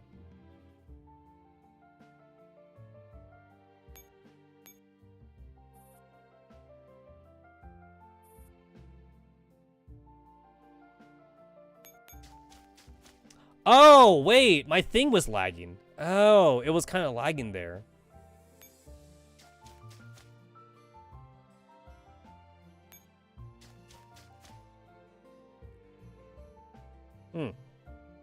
Alright then.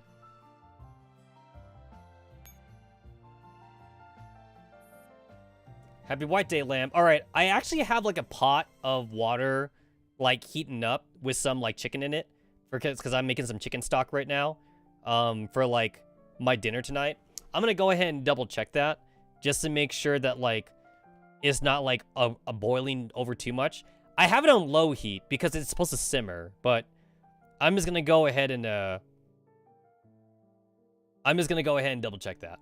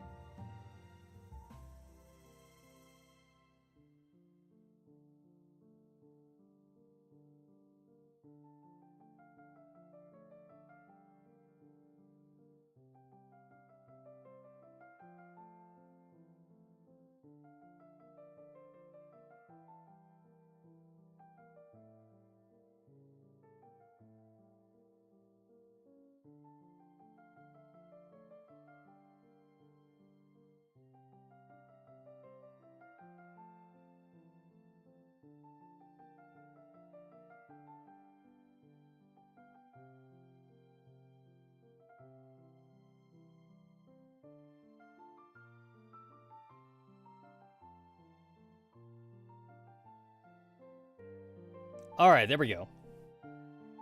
Yeah, so we're good. We're good. I haven't. It was actually kind of boiling a little bit too much. So I added in some like extra water, and then I turned down the heat so that way it could actually simmer properly. I mean, like a little bit of boiling's okay though, because I do want to cook the chicken, obviously. But if I'm gonna simmer it for a long time though, then like the chicken will be cooked. But yeah, I got some chicken thighs in there, and some chicken bones, for like the soup. And then I got my noodles. My noodles are already prepped and shit. So I don't know if this even has a translation, but like what I'm making right now, we call it kapiek in at least that's like what I grew up on. It's called kapiek, but like it's like I think the closest like translation I could say to that is like maybe like it's similar to like udon noodles or something, but like it's different though. At least like every udon noodles I've had is different from what I grew up with. So this might just be considered like more of a traditional like Laotian Thailand kind of like noodle soup kind of thing. I don't know, but I've been craving it though. I've been craving it. But yeah, I skimmed off all the fat off the top of on the top of the water, and I also added in some onions. I added some fried onions and some fried garlic to it. So I'm gonna let that simmer now for like another like couple hours, and it should I should be getting like some really good like chicken flavor from that. I can't wait. I can't wait. I'm like super excited because like I've been craving it. I've been super craving it. It's very easy to make too, because like a large portion of the flavoring just comes from like the stock, and then like when you cook your noodles in it, it adds the flavoring to the noodles as well. Like, I noticed that for Japanese ramen. I noticed that for that, like, when they make their pork broth, like the tonkatsu broth, because I made tonkatsu too and shit. I noticed that, like, normally you make the tonkatsu broth, and then, like, when you cook the noodles, you're boiling it, like, in a separate, like, vat of water on the side or something. And then you add the noodles to like, your bowl of ramen afterwards. So basically, you cook your noodles separately from the soup broth, and then you add to your bowl, and you add the soup in separately, and then you add in the tonkatsu, the pork pieces separately too. But at least for like the way that I've always known how to cook this, especially like growing up, you cook everything in the same pot. So basically all the flavors get added to each other. So like the noodles take on the flavor of the soup, and then like the soup takes on the flavor of like whatever ingredients you add in there. So like the onions, the chicken, and any other like fruits or veggies you put in there and whatever. Not fruits, but just like any like the vegetables and like any like other like umami flavors you want to add into the soup or something. I don't know. And then I guess this part is optional too. Some people they skim off the top of the fat or oils from the top. My grandma never did that actually, but I learned that from watching other people do it though. And I think I prefer to do that. Like I know that like everything my grandma ever cooked, especially when it came to like pho or whatever, like her version of pho, she always let the oils. She let the oils and the fat in there because she said it adds taste. And she's not wrong. She's not wrong. It definitely adds taste, but I think like it's too fattening for me. I think I'd rather skim it off.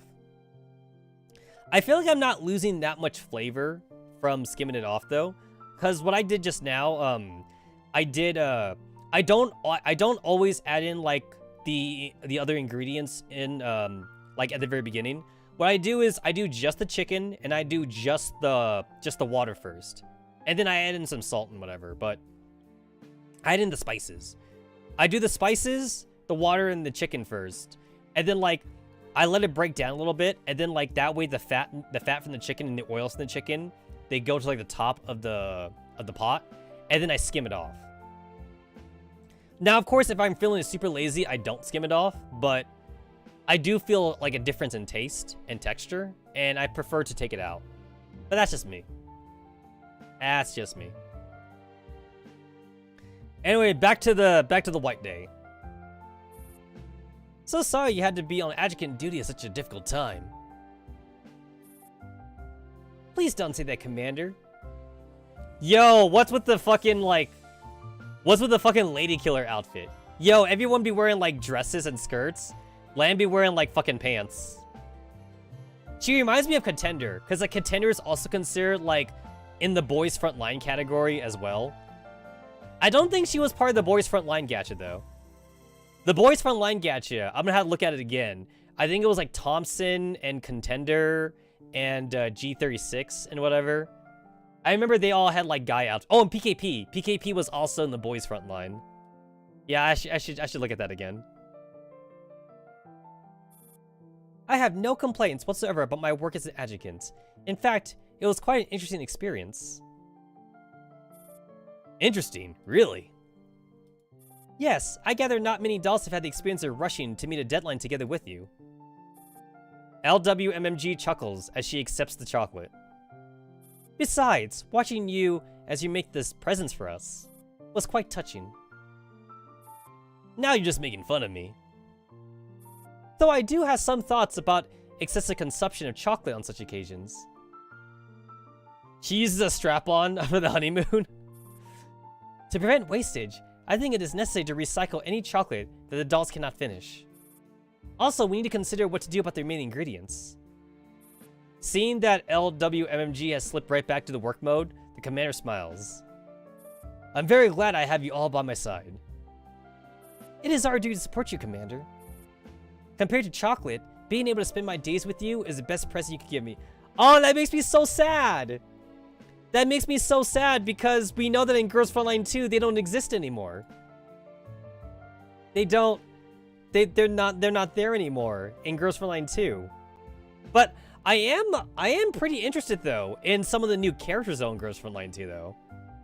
I am pretty interested about them. It's like the OCs. I'm interested in like the OCs in Girls Frontline 2. It's like, so obviously we got Groza. We got Groza. We all know about her. She's a new waifu and shit. But the OCs though look really cool though. Yo, I'm glad we got like a dark skinned waifu. Holy shit. Also, like I do have to say though that like the bottom part of her outfit though, it kind of reminds me of Tamana Asagi a little bit. I get some Tamana Asagi vibes from this chick. I don't know why. And then I like the bunny girl. I like the bunny girl thing. I like that it says though that like she said that this character says that like her bunny ears actually do something. They're not there just for looks. Like they're like an integral part of her character or whatever. They got like technology in these bunny ears. I like that. I also like she's melee. Like it's like Project Neurocloud. She's a sword. She's a sword user. So it's a little bit like Project Neurocloud and shit. I like that. She's the ranger. She is the ranger from XCOM.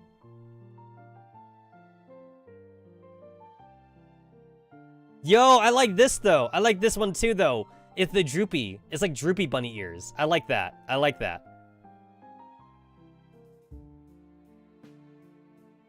That's so cool. And then we have a loli. She's a medic?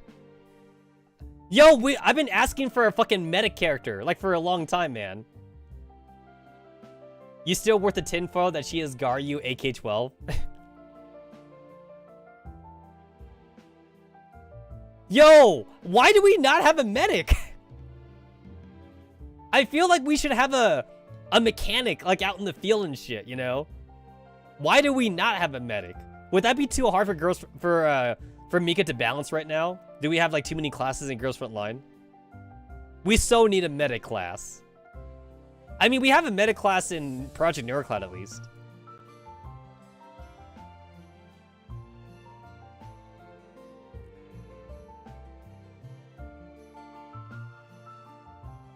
We got Vepley. That's cool. That's cool. She looks like a high school girl. High school girl. With an imprint of Vepr 12, the shotgun, not to be confused with AR Vepr. I like her design. She's got a lot going on. Peretia? I like that. I like that.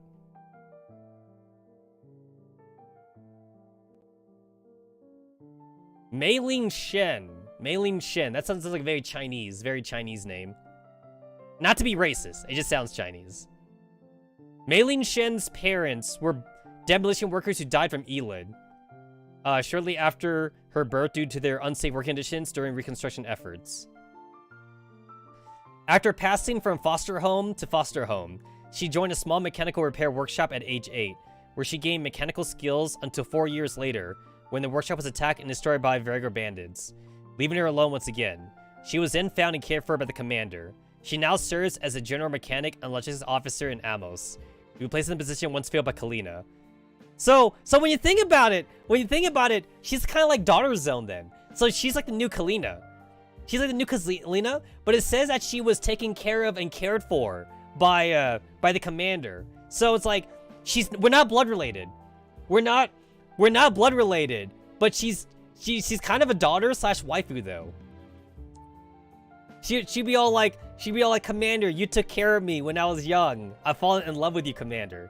And then the commander would be like, girl, I'm like twice your age, right? Like, considering how young she is, and considering like how old the commander is by Girls Frontline, like the commander has got to be double her age then. If we assume that she's like 15 years old, the commander's got to be like 35 or some shit. So it's like, if she falls in love with the commander because the commander like took care of her, she'd be like a daughter then. She really would be like a daughter. The commander must be way older than her. I think Kalina was around the same age as the commander. If I remember right, Kalina, she's like maybe like a couple years younger. She's at least a couple years younger than the commander. But Mei Lin Shen she's got to be half the age though. No blood-related incest, disappoint. Other characters, 9, now known as Lena. We already know her name was Lena. NBC artworks of Kalina, Persica, 45, under the file name of Lila. Then we got PP90, we got Rera, we got Vector, VSK, Star 15, and DP12, and Kalina was shown in the 6th anniversary trailer, so that's pretty cool. We got Type 95 under her new name Hayes, KSVK under her name Dashvinaya, WA 2000, AK Alpha, MP7. It's like, yo, I like it, man. I like what I'm seeing here. I wonder if WA 2000 still has still can't cook. Like, can she still not cook? Does she still have like that as a problem? It's Bailey. Is this Tuhu? Tuhu Gensel Rondo. I see AK Alpha on there. I see Granny. I see Baba Nangint. Baba Nangint Revolver. I like that. It's like, I'm excited, man. It's just that, like, you know, it's been a while though since we got like any news about it. It's been a while. It's been a while.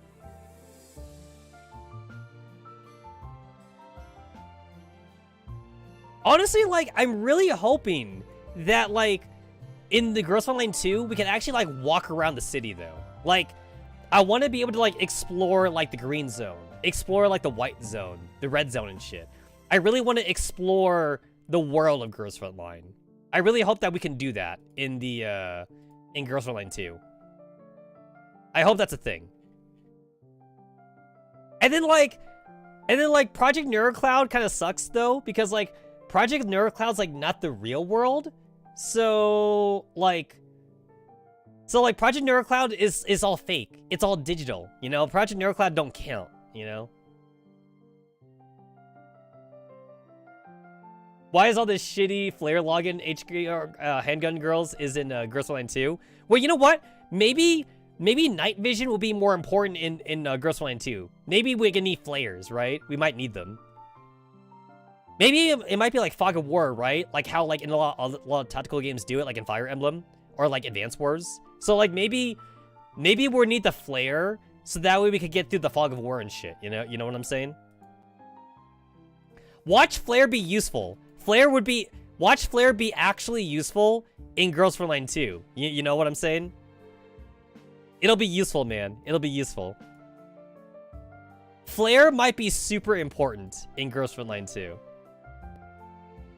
I wouldn't be surprised. Holy shit, how short are they?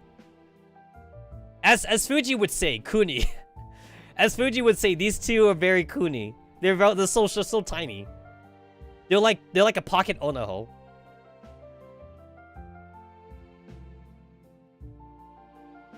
Pocket Onoho. PNC all be in the head. I know, right? I know. That's why, like, it's hard for me to, like, credit PNC. It's hard for me to credit them. It's like, yeah, it's the commander and all, but, like, as of right now, those girls technically don't exist because they're on the server. They don't exist in real life. You know what I'm saying? They're not real. The waifus are in your head. The waifus don't exist. Basically, like, the commander is having, like, a fever dream, and, like, he imagined Persica as a hot girl. It's like, I'm gonna imagine Persica as a big titty waifu. And she's like very, like, loyal to me and shit. Because Persicaria is very nice. Persicaria, like, she never, like, talks back to the commander or anything like that. She's, like, very waifu. It was a fever dream, like the one 416 had that one time with some bartender girl. I know, right? We're gonna find out at the end of PNC that, like, it was never actually a mission that Persica, like, gave the commander. It really was a dream. We're gonna find that's a plot twist. The plot twist is that it really was a dream.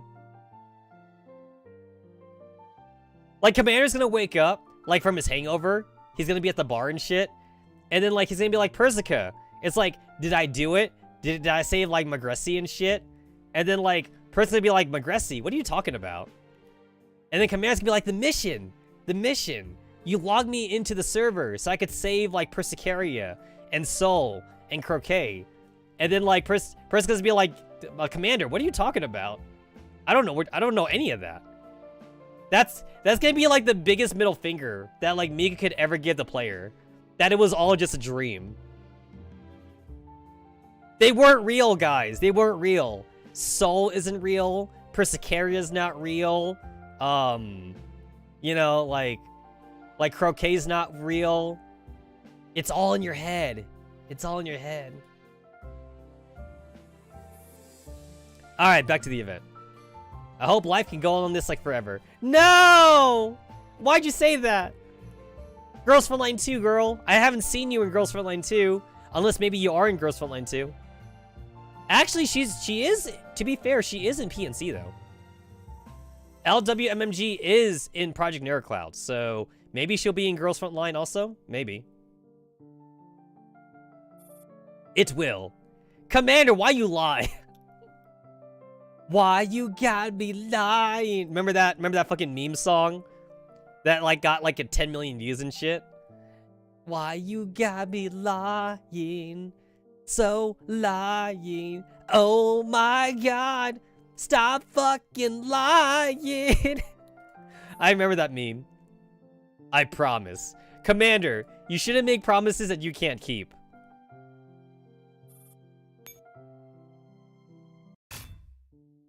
Unless he saves LWMMG, like, purposely.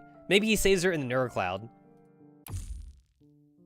That's the real plot twist. Groza's not the waifu. It's actually LWMMG. That's the real plot twist.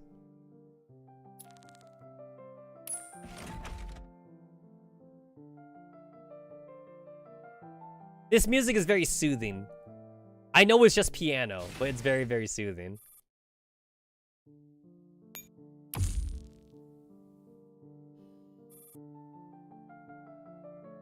Alright, that was LWMG. And then there's K5.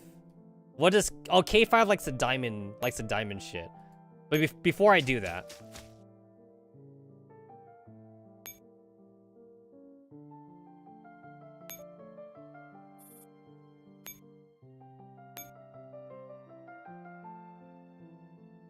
Oh, really? So you really can't use it on these assholes? Oh, you can't. Alright.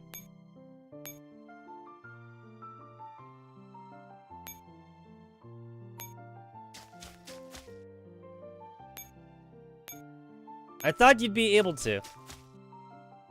Okay, so you really can't. Alright. Whoopsie! Oh no! I got the commander killed. Let's see. There are ways to improve your performance, Commander. Level up your T-Dolls and study tactics. I mean, I don't think leveling up my T-Dolls will help me in this stage, Mika. I think you should have put in like a different game over screen for this stage. You should have put in something like, you had to avoid the diner gates or whatever. I don't know.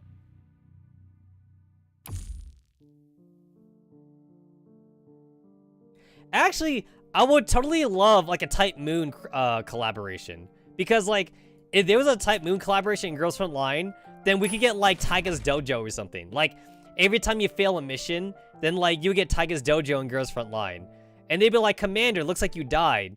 Maybe next time you could do something different or some shit. I would so love a Taiga's Dojo in Girls Frontline. I guess my question is that like, if we did get like a Fate Stay Night or like a Fate Grand Order collab in Girls Frontline, who would the characters be? I guess like we're overdue for a Saberface, right? It's like we gotta get a Saberface in, and then maybe we could also get like, I don't know, like Sakura and Rin in there too or something. I don't know.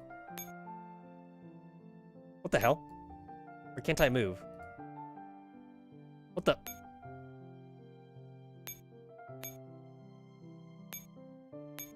There we go. For some reason, I couldn't move. I had to, like, double-click it or something. It's like, how many fucking gun users are there in Fate Grand Order? I don't know how many gun users there are. Alright, the Dino Gate happily runs off with the chocolates. Gotta go feed this thing to you. Calorie bomb explodes. Are you my last one? Oh no, this T-77. I got T-77 to get to. Okay. And the only way I'm getting to T-77 is to teleport. And the only way I'm getting to P-22 is teleport, so I'm not done yet. Happy White Day, K5. Use your chocolate. Sorry for waking you up in the middle of the night. No worries, Commander. I've learned of the outcome from my divination. Everything in life is preordained. K5 accepts chocolate with a faint smile. You put a lot of stock into your divination. It depends on how you interpret fate and how you determine your place in destiny. Take you, for instance, Commander. Your life has been full of ups and downs. Many things were completely beyond your expectations. But when you look back, you see that many things have been decided long before they happened. What do you mean? Time will give you the answer you seek, Commander. But before destiny comes knocking on your door, please stay by our side. Sure. Has K5 seen the ending of Girls Frontline 1? Has she seen Girls Frontline 2? I figure K5 has seen the trailer for Girls Frontline 2. So she knows. K5 knows that she's not in the next game. That's a sad part. She saw the fortunes. And she's like, no, I'm not in the sequel.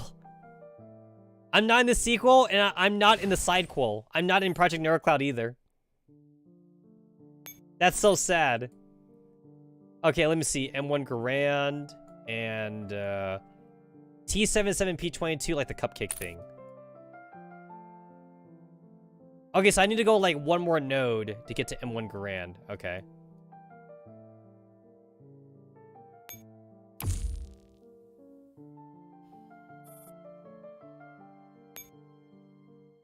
It's kind of funny to think that the commander is just like running around, having to give like each girl like their chocolates separately. Alright, pick up the Cacao New World. I mean, like, it's funny how like they talk about like wasting ingredients, like LWMMG or whatever. It's like just give all the ingredients to Springfield. I'm sure Springfield could use it. Springfield could make some like new desserts at the cafe or some shit.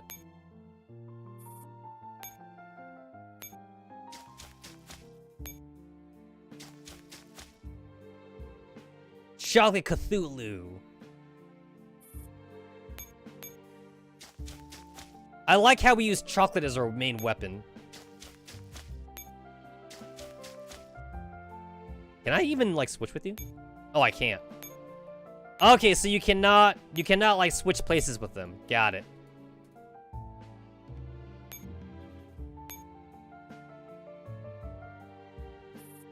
Happy White Day, Garand. Here's your chocolate. Thank you for your patience, or I would have been in big trouble. You're always taking care of me, but I'm just glad that I could do something for you for a change. M1 Garand accepts the chocolates a little nervously. However, there is something I'd like to say. If preventive measures had been taken, it wouldn't have come to this. You're absolutely right. I reflected on my mistake. That's okay. To keep you from messing up again, we will keep supporting you by your side. Right. Happy White Day, Commander. And to you, Garand. Yo! Like, what were we supposed to do? What was the commander supposed to do about Destroyer, right? Like, how did he know? How was he gonna know? Like, next Valentine's Day, is he gonna, like, tell, like... Is he gonna, like, handcuff Destroyer to Agent or something? So that way Destroyer can't eat all the chocolate or whatever? Is that what he's gonna have to do next year? Like, he's gonna have to, like, get with Agent and be like, alright, Agent, Valentine's Day is coming up. I need to protect the chocolate. And then Agent be like, don't worry, Commander, I got this. And then, like, she's gonna, like, put, like, Destroyer, like, in quarantine or something. She's gonna put, like, Destroyer, like, in, some kind of, like, those, like, I forget what's it called. And, like, those, like, punishment boxes they use, like, in the military where, like, you're, like, isolated and shit. It's not called quarantine. Oh, isolated confinement. That's what it's gonna be called. Yeah, that's what it's called. Yeah, she's gonna place, a Destroyer in isolated confinement. That's what it is. That's what it is.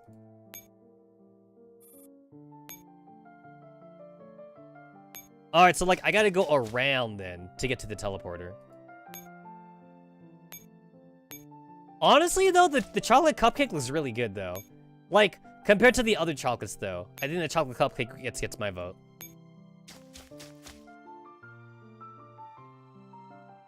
Feed the chocolate Cthulhu. Calorie bomb blew up.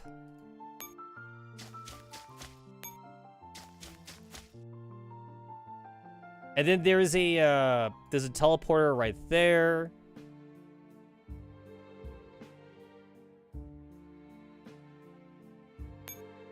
I see. So, like, this is gonna take more than one turn, then.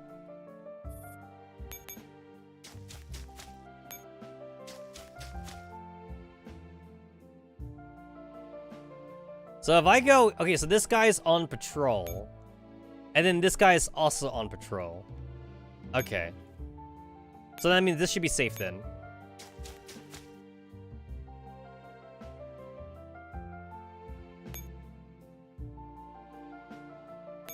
Oh, shit!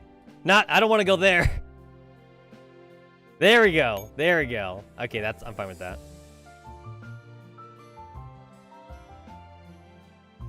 Okay, wait a second here. So...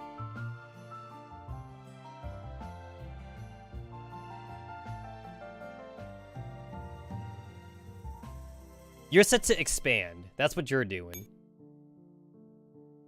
Okay, wait, there's a teleporter right there. And this teleporter sends me there. Oh, that's what the other teleporter is. Okay, alright, cool. I fucked up. It's like, I knew there was like another teleporter. I just couldn't remember where it was. Alright, gonna have to grab my shit again. Gotta get that cupcake. Gotta get that cupcake. The commander has 429 HP, and he's level 100. I feel like the commander should be able to take out a couple downer gates, though.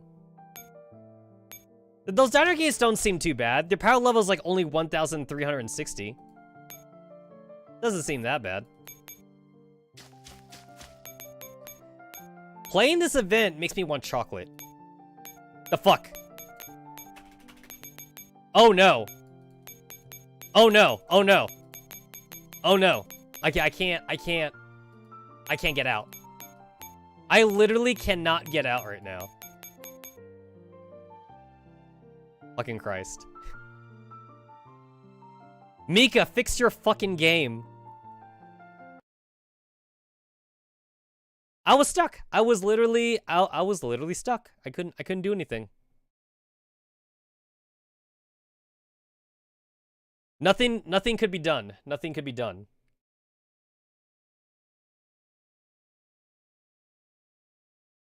I don't even know what happened there. Just the game like was stuck on that like detailed information on that middle node.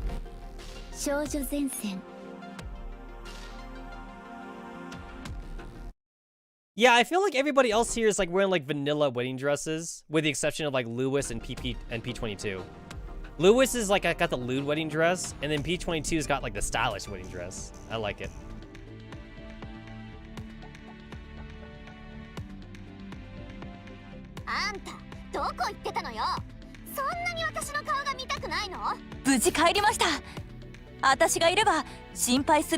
There was lag, and usually when there's lag, it means like my expedition just came back. So it's like, did I get everything from here for this rerun? I'm just gonna double check it right now. Since I'm already here. Lee Einfeld's the only one I'm missing from that one. And then for here, wait, that's Lee Einfeld. Oh yeah, that's a Chinese girl. It's like T97 or something. Yeah, that's like T97. Oh no, I got them all. Okay.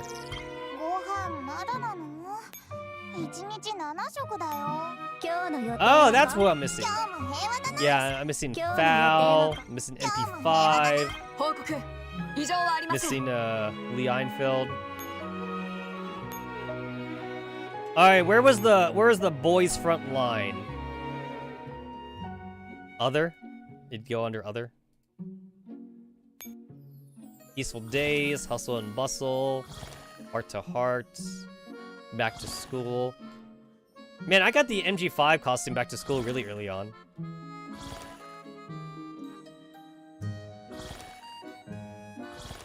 Here it is, the Princess Frontline. We got G36, we got AEK, we got MG5, we got PKP, we got Contender, we got Thompson, and then we got PZQ or whatever. She was a freebie one. I remember this one being freebie. Like, this one was not gacha, this one was like a point. This one was like a point event or something.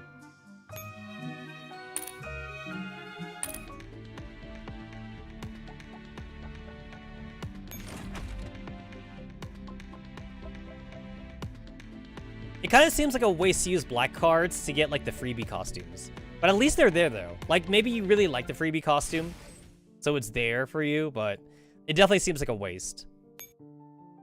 Don't use your black cards for freebie costumes, because you might just get a rerun.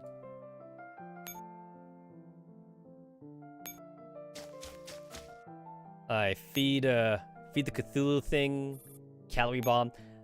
I get it though, it's called a calorie bomb because they're made of so much calories. I get it. I've never done calorie counting because I never really I never really tried to lose weight. I've always tried to gain muscle instead when I worked out. So it's not like I worked out to lose weight. I worked out to gain muscle.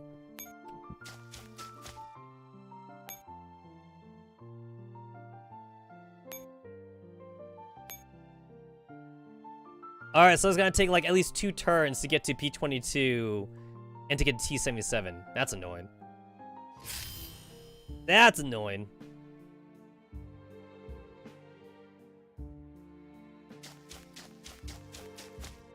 I gotta let all the ghosts let all the ghosts move and shit. Why are there ghosts? Are we in the command base right now? Is the fucking command base haunted? Why is there a ghost? I'm a spooky ghost.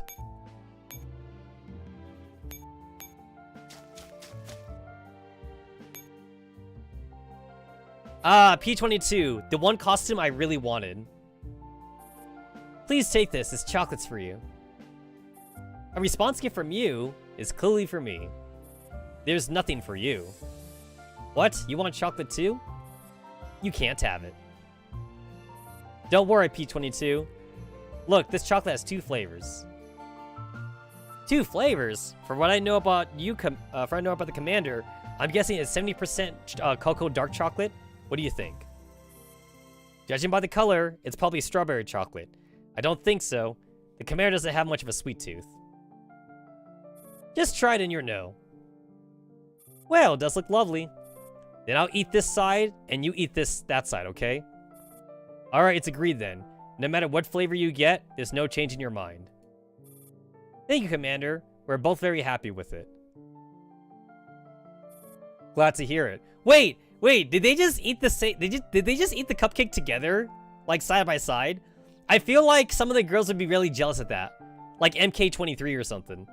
A lot of girls would definitely be jealous at, like, the prospect of, like, P22 doing some kind of, like, couples eating with the Commander. The Commander chuckles helplessly as P22 accepts the chocolate. Happy White Day, Commander. Same to you, P22.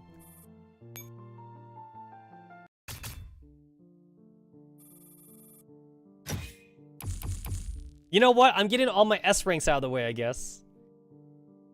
It's like too bad like this doesn't count towards like getting like 30 gems or whatever. Like if you do like an emergency stage, you get 30 gems. If you do like a regular stage, you get like 10 gems. Or like S ranking it.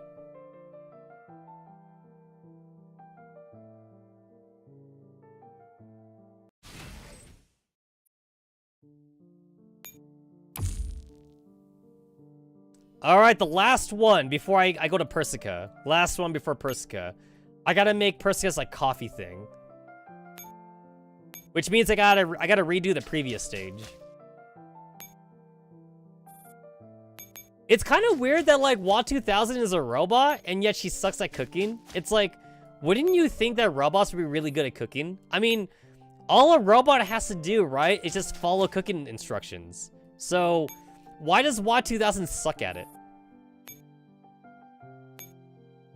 Can't like Wa 2000 like hook herself up like to the interwebs or whatever? It's like, hey, look it, I found a recipe for like a chocolate cake. I can make it now. I've downloaded the fucking chocolate cake recipe to my brain.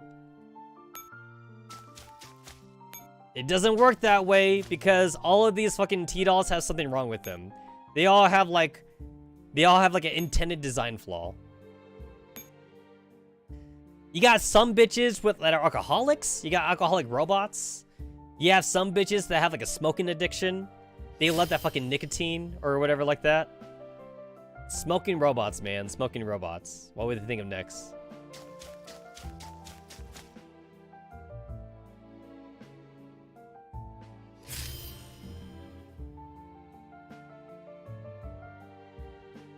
Easy enough.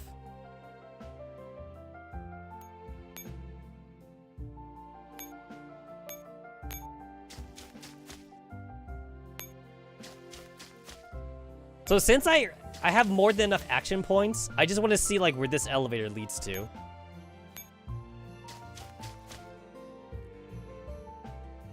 Oh, it leads to that one. I don't see a point to it. I don't see a point, but whatever.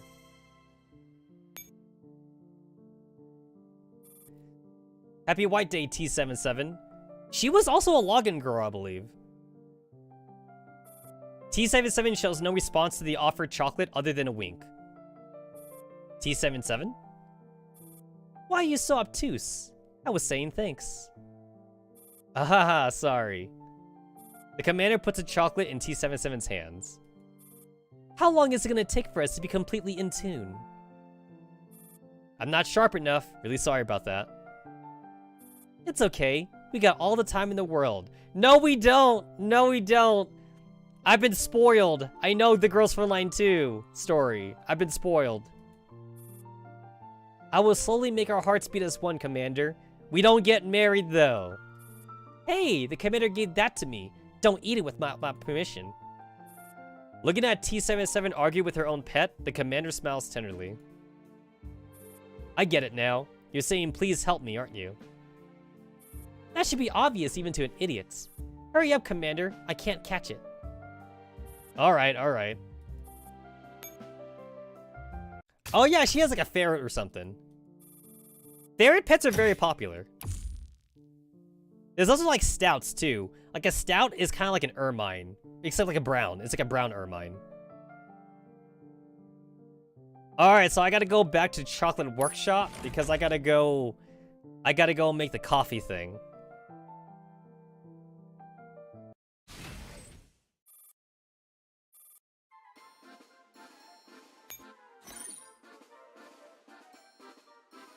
All right, I gotta make a coffee thingamajig.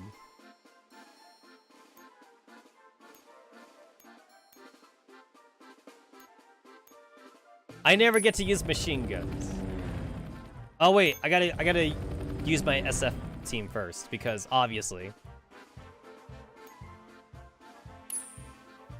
Target 確認。狩りの始まりだ。All right, we need the Persica. We gotta get Persica's chocolates, obviously.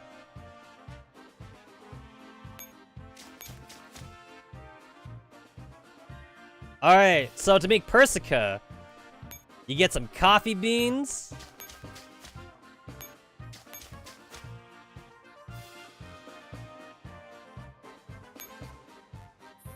A small note is placed under a bowl of coffee beans.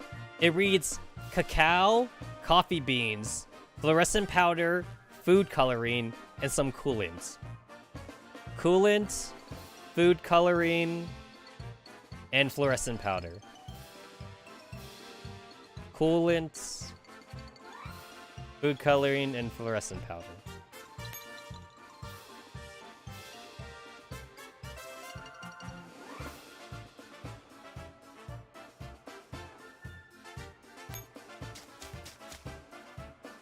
I guess we don't need a mold? I guess we don't need a mold then. Coolants. Fluorescent powder.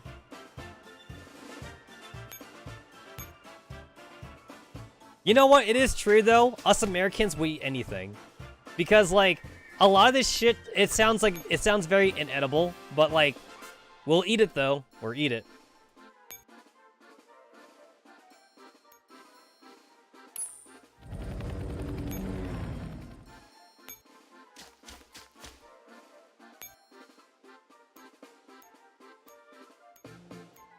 Put you bitches in here. Ah, shit! Oh my god, I'm so glad I checked. They don't have fucking ammo. I'm so glad I checked. Auto resupply, there we go. Alright. Alright, there we go. I can resupply everyone before they leave. That would have been very bad. Hunter has no ammo. There we go.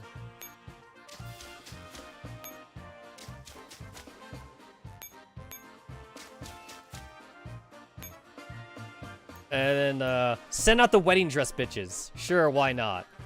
What's their formation looking like? It doesn't have to be, like, efficient or whatever. It just has to work. You go there. You go there.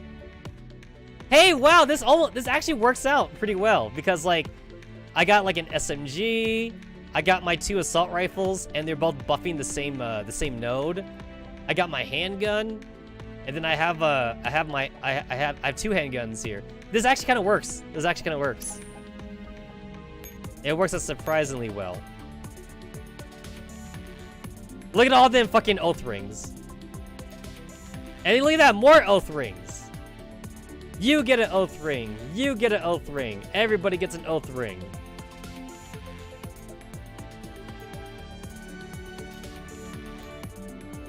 Everybody does not have an oath ring here, but that's fine.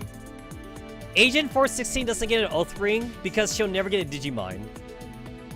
I know that she won't ever get a Digimine, so she doesn't get an oath ring. No ring for her.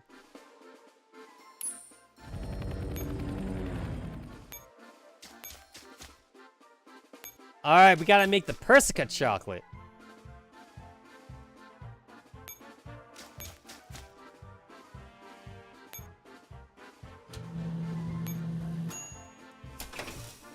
Classic memory. It kind of sounds like a cocktail, but it's actually mocha. The strange color reminds people of unforgettable memories. Let's hope it doesn't taste the same.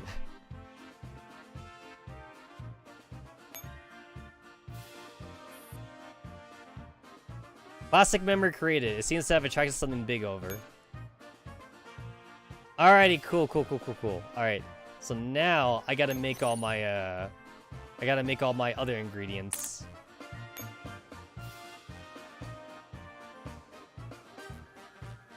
Let me see, cacao beans, white sugar, strange like flour shit or whatever, strange flavor powder, food coloring, standard mode, got it. House of Mint is very standard. Some white sugar and some cacao beans.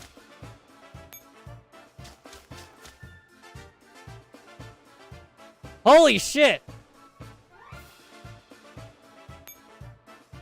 Elite Cerberus. Destroyer's coming to play.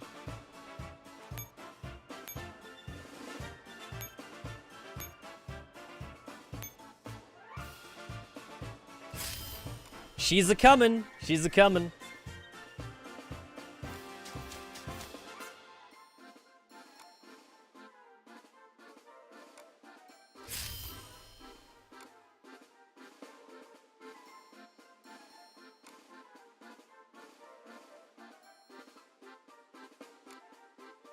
Shit, where's, there we go. I couldn't remember, like, where I put my screenshots. There we go. That's what I'm talking about.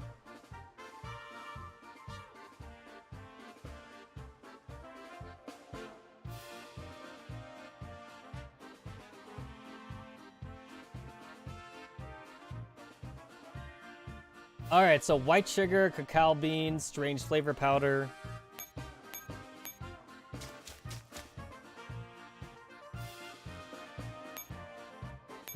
Strange flavor powder, food coloring, and standard mode. Food coloring and standard mode.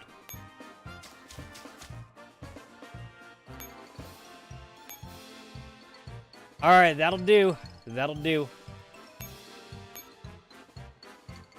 Alright, it seems to make sense to me that I should have Hunter fight Destroyer. That makes sense. That makes sense to me.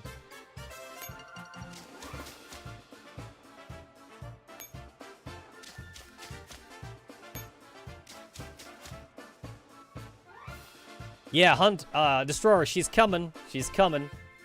And I'm ready for her.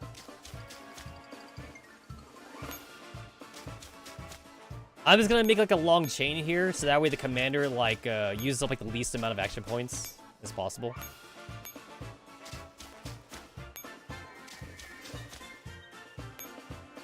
It's like, this looks like I'm wasting a lot of action points, but I'm actually not.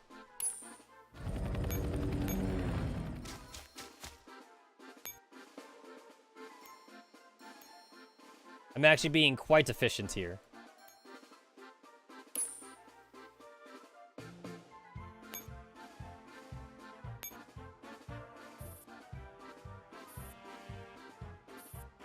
Tap the I button to view the chocolates.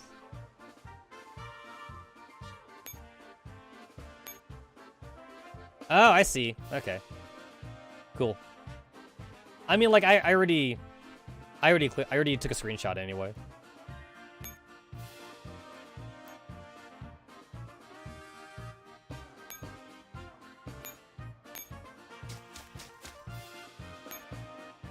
So basically, like, in one more turn, I will have enough T-Dolls here in the center to, like, not use any action points to, like, make more chocolate. Very efficient.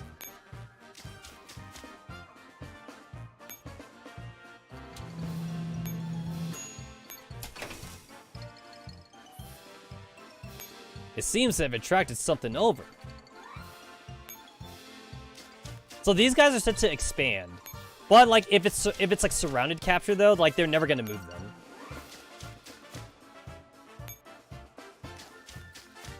Whoops. Alright, Sweet Saber. I need the cacao beans. I need the white sugar. I need the coolants. Special spices. And a personalized mold. That makes sense that it's a personalized mold. To make something like a fucking knife, like a chocolate knife or something.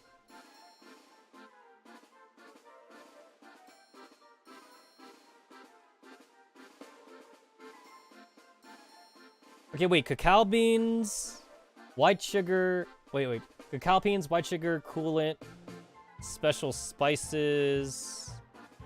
Okay, that's one more down. It's like, I thought I was forgetting something.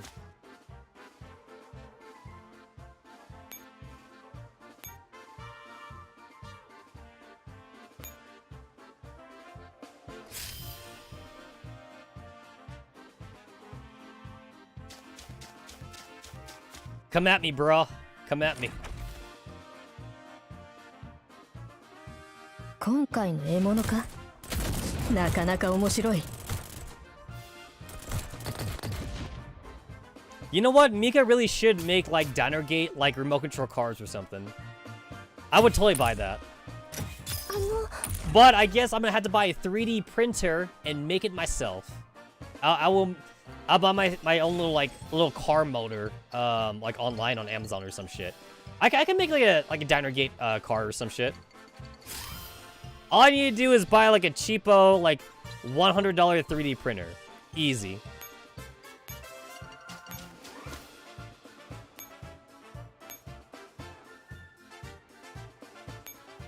I'll move you down.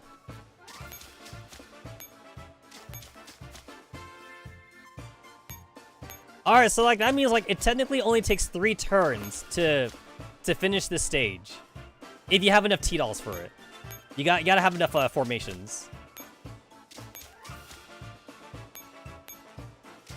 Which means you either had to like pay to win, or you gotta be like a super long time player to be free to play.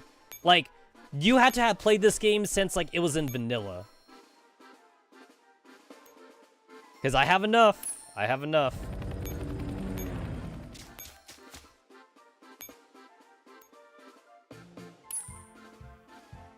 Awesome. Now it takes me literally like 0. It takes me 0 action points. And I have like action points to spare, so I could go and fight Destroyer, even though like I don't have to. I'm gonna go fight her anyway. Cause that'd be fun. Oh, you bitches know like what I just downloaded? I downloaded the first season of Isekai Shitara Ken. Or like I got like reincarnated as a sword or something. I just downloaded the first season. I'm getting ready to watch it. I just got finished watching all the episodes of like Campfire Cooking Isekai, and that was pretty good. I liked it. We're only on episode 10 right now, so like we still haven't finished the whole season, but I'm excited to finish off the rest of Campfire Cooking. Honestly, like as a cooking anime, cooking isekai thing, I like it better than Shokugeki no Sama.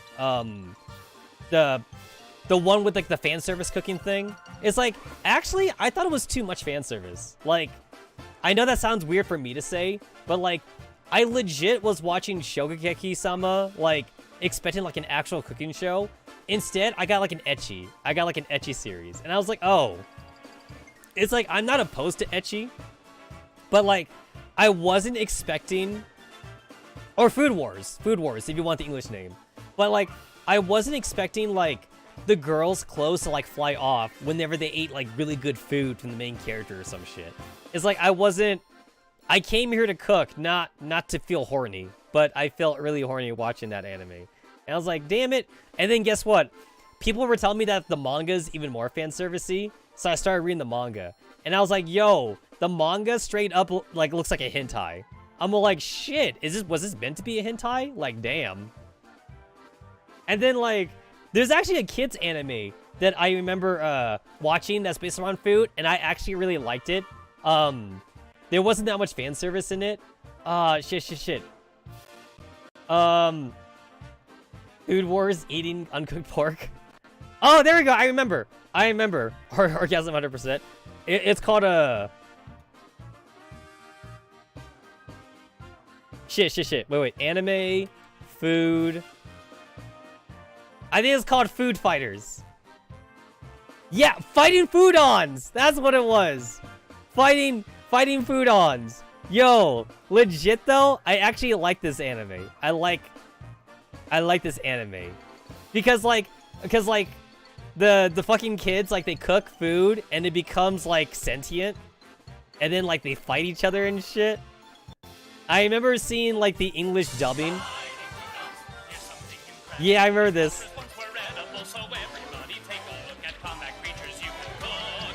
Fighting food-ons.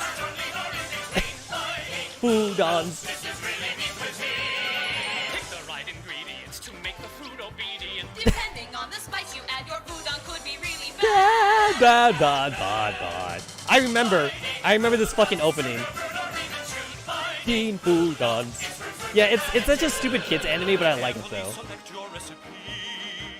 Pizza will attack with gooey cheese. Power up the fried rice with some peas. What will win? Yo, like the fried rice dude. See the fried rice dude? The fried rice dude is like the main character too. Like the main character, he makes like a mean fried rice, and his main fighting food on is a fried rice mon. That's his main guy. Yeah, the fried rice mon. That's like the strong dude. And also like another thing too is that like the fried rice mon, like he gets an evolution later on too. Like legit though, like depending on like the ingredients he uses, he can make like a spicy. He can make like a spicy fried rice, and then like the spicy fried rice, it gets stronger. Like it turns like red and shit. Yeah.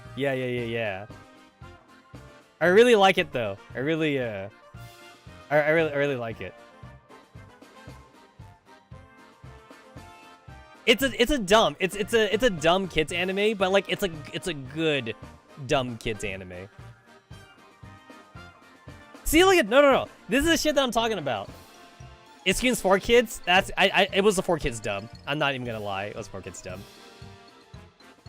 That's what I'm talking about. Look at this shit. Yo, you can take this. Thank you, Crunchyroll. You can take this shit completely out of context. Look at that food war. The 5th plate. It's like what is this ecchi? What is this ecchi shit doing in my wholesome cooking show? Why is she naked? Why is she naked? Was the food that good? Was the food chicken fried bear? I don't know what that is. That's the 3rd plate. But like, why is she so naked? You know? Why is she so naked? The food was that good, man. The food was that good.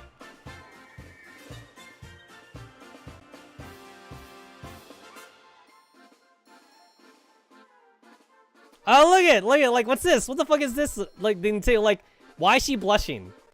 Soma's final dish, food worth 5th plate. Why is she blushing? And why does she also seem naked? she also seems naked too. Don't you guys wish that, like, the food that you cooked was so good that, like, girls would just be throwing their panties at you and shit? That's like a superpower, right? That's legit. That should be, like, legit, like, a superpower. My food is so good. It's just so good. Okay, wait, what am I making now? I am making... Okay, so cacao beans and white sugar. All right, cacao beans, white sugar, fluorescent powder,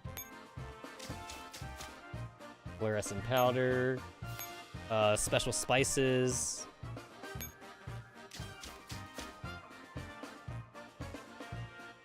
There we go, down here.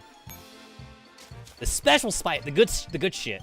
The special spices, and then standard mold. Oh, standard mold's right here.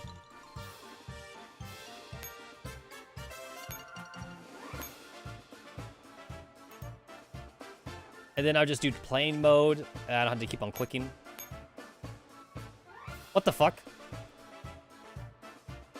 The game just clicked me.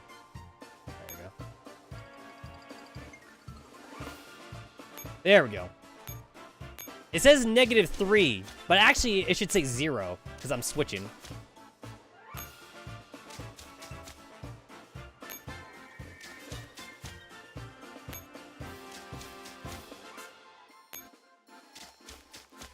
There we go. Place ingredients. Kiss of Destiny.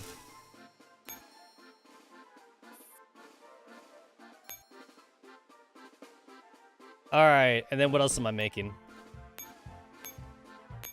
I gotta make that chocolate duet. So cacao beans, strange flavor powder, food coloring. No white sugar. No white sugar. This feels like very dark chocolate then, if it doesn't have any white sugar in it.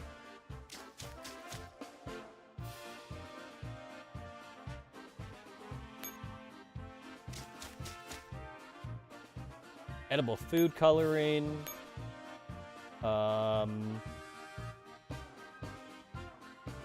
I passed the flavor powder.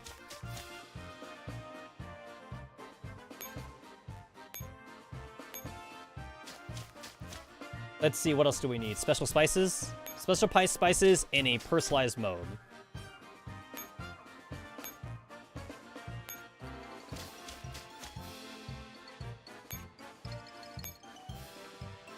We done!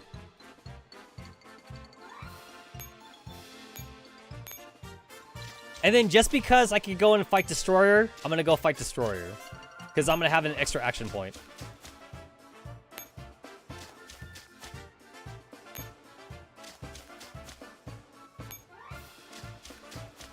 The Omni Dessert Machine.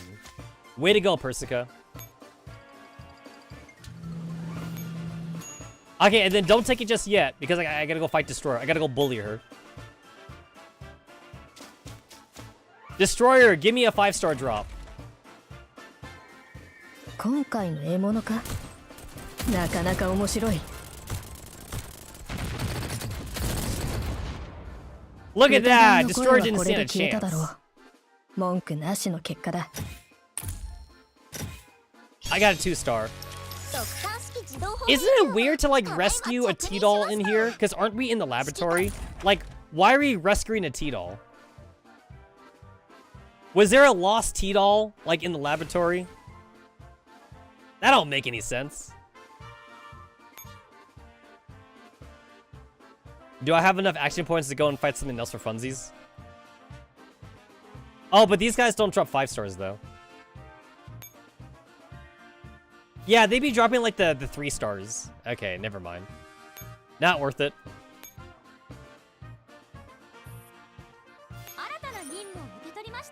Oh yeah! Eliminate all enemies on the map. I totally forgot that that was a thing. We gotta kill everything. Right. We gotta kill shit.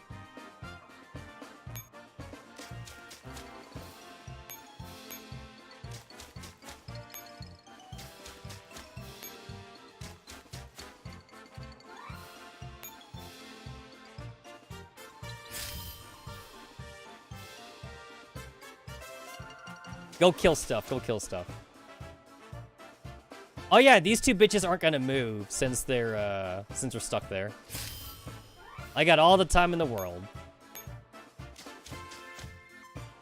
Agent, these are your SF bros. Go kill them all. It's all Destroyer's fault. 届けに参りました。ゴミの分際で私の前をうろちょろしないでくださる。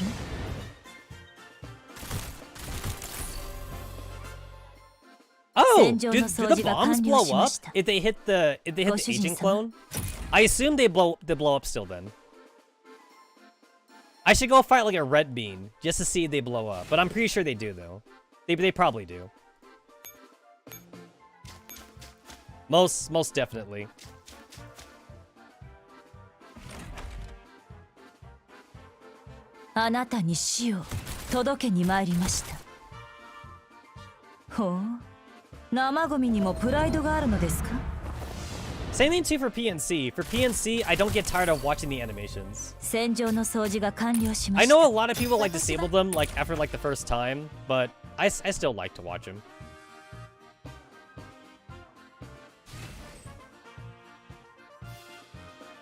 I feel like it adds something.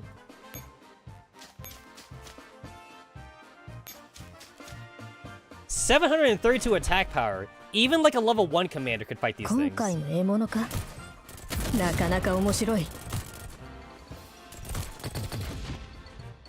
Although, like, there's a huge difference though between like the 732 enemy and like the 15,000 like cherry bomb thing. I feel like a newbie commander probably wouldn't be able to kill those things.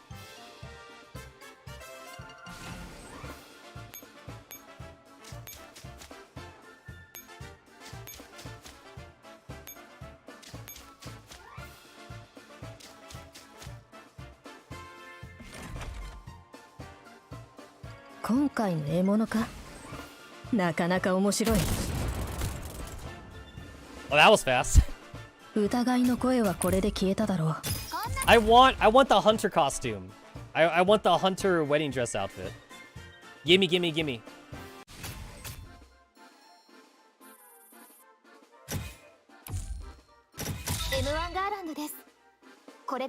I got M1 Grand!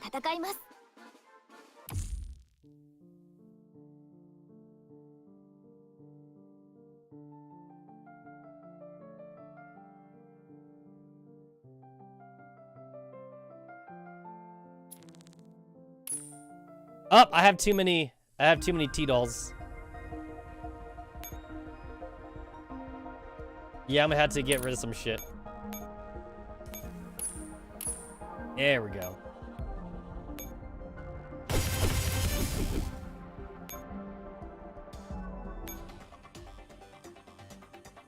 Wrong button. Wrong button.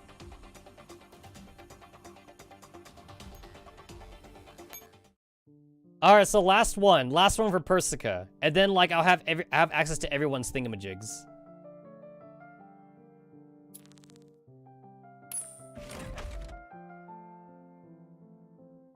We gotta go to Persica. We gotta go to Persica.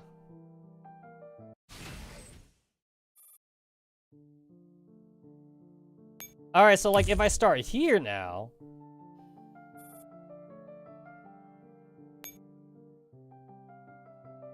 Here it is, classic memory. That's new. That's new, man.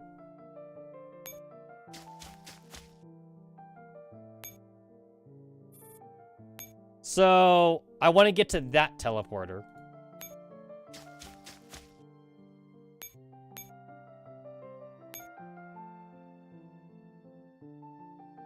Oh, okay, wait, I get it. I'm supposed to be going this way. Okay, I get it. Alright, so like, I guess I wasted an action point there, but I guess it's okay though, because I need to wait an extra turn anyway. Yeah, it's like I have to go this way, because I need to save the chocolate Cthulhu thingamajig.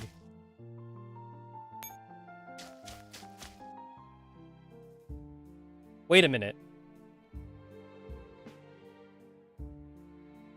Wait a minute, I can't go that way.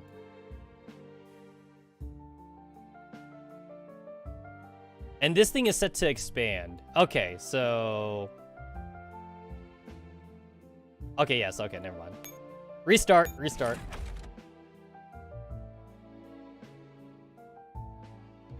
Never mind, never mind. Yeah, because like this dude only ever moves up, and like he doesn't move to the side or anything. And that's the only way to get there, so... The other way was the right way. Because I can't switch places with LWMMG or Lamb if we want to go by the PNC thing. So I gotta send my ass around then.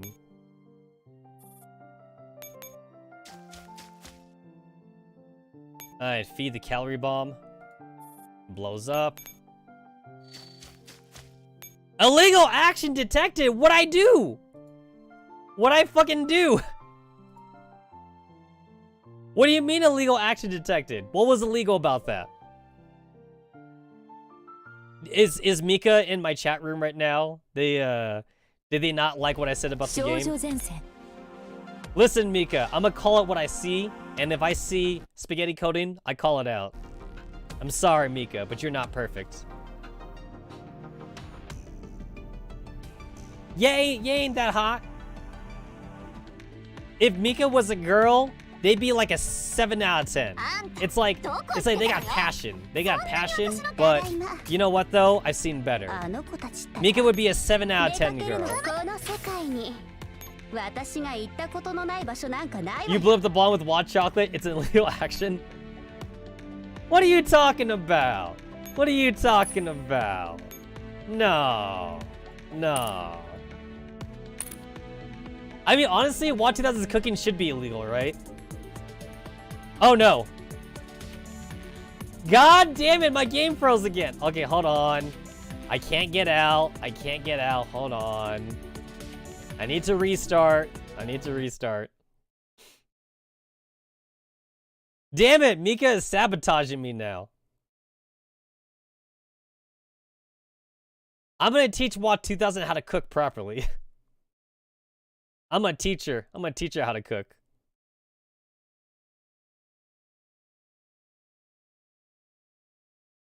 My game froze right after that illegal action. So it's like I got the illegal action and it froze. And then I had to restart again because it just froze again. Oh, not that one. It should be illegal as Hachima's cooking. Oh yeah, and don't forget, Konko also has one too. Konko got Hiei's cooking. There's a lot of like bad cookers in anime. Oh, there's also Yor. This Yor from Spy Family. Her cooking is pretty bad too. But Yor got better though. Yor did make like an edible omelet or something. Yor can make some edible foods now. It just took a lot of practice though.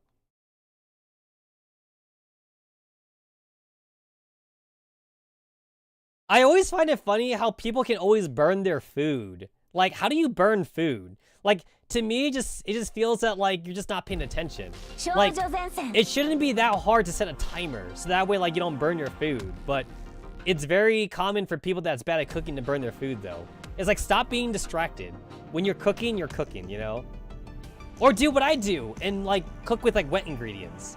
Like, I have, like, a pot of water right now on my stove. That's easy. I can't burn water, you know? Water doesn't burn. I'm making chicken stock right now.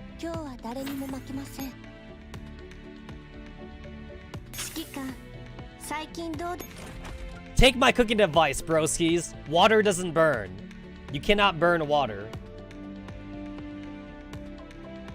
You cannot overcook water, alright? There's no such thing as overcooking water.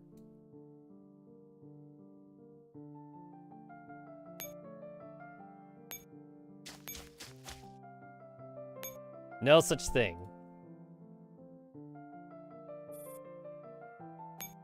Alright, so we go this way. We go this way. We go this way. We board it. Wait, I have no idea which way this guy's gonna turn. So... Ah, shit. Oh crap, I don't know if he's gonna go up or right. Shit, I wasn't looking at my action points. I guess I'll find out.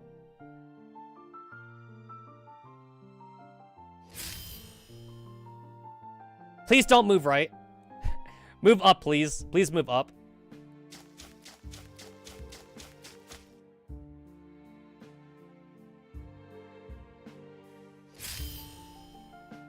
Which way did you move? Oh, okay. And then I gotta end my turn again.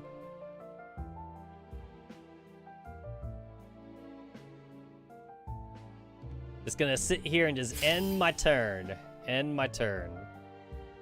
I gotta go around. I gotta sneak. I gotta sneak around Destroyer. There we go. Now I can go to Persica and give her her weird coffee drink. Her fluorescent coffee.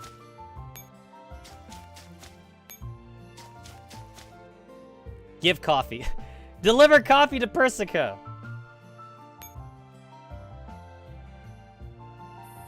Persica. Open the door, Persica. It's me, the commander. I don't want a newspaper subscription. I don't want a water purifier. And I don't take new commissions. Goodbye. You said that before. You're such a pain. What is it this time? You disturb me in my sleep, and now you won't leave me alone even when I'm busy with research. The commander jams the door open with their own body. They're holding a tray with 2 cups of coffee. Happy White Day. What? Are you trying to poison me? I can't stomach coffee made by amateurs. Oh, please. How many times have I made coffee for you? Besides, Andy's coffee is particularly sludge, but you still drink it. Well, I've always wanted to say that. Hold on. What the hell is this? Are you actually planning to poison me? Isn't this collapse fluid? That's just what it looks like. It's actually mocha. Don't tell me you don't know the customs for White Day.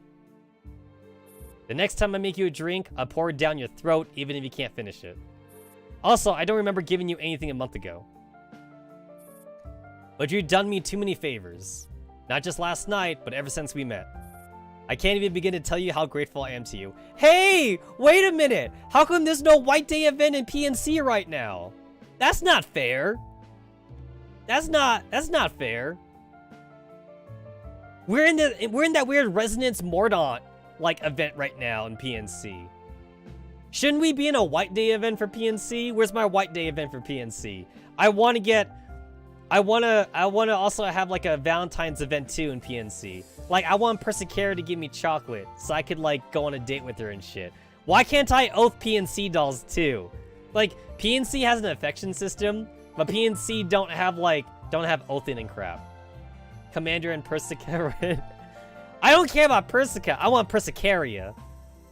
And maybe Soul. I really like Soul in, I like Croquet, though. I like Soul and Croquet in PNC. I like that Croquet's like an anime girl. If Croquet was my girlfriend, then we could watch anime together.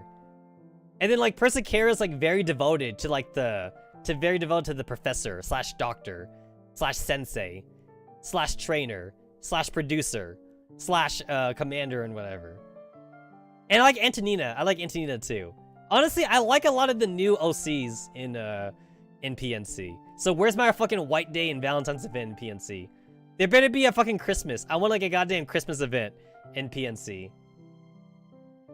I like Antonina too. Yeah, I like her too. She's she's very like no nonsense, but like I could get behind a girl like that. If you know what I mean. I can really get behind her. I like Hubble too. Hubble's very wifeable. I like Hubble. Yeah, I like a lot of the new chicks in PNC. I think Croquet and Persicara are my 2 favorites though. If I had to pick just 2, it's Croquet and Persicaria. And then like Choco doesn't count because Choco is literally just FNC. Like I'm only allowed to pick OCs then. I can't even begin to tell you how grateful I am to you. Persica seems quite taken aback to hear that, but then a dangerous smile creeps up across her face. I'm glad you're aware of that. I always collect what I'm owed. Just making me a coffee or 2 won't cut it. Oh, this tastes pretty nice. Thanks. Looking at Persica, the commander grins and raises their glass to her. The coffee tastes a little different from what they remember. Sad Choco noises.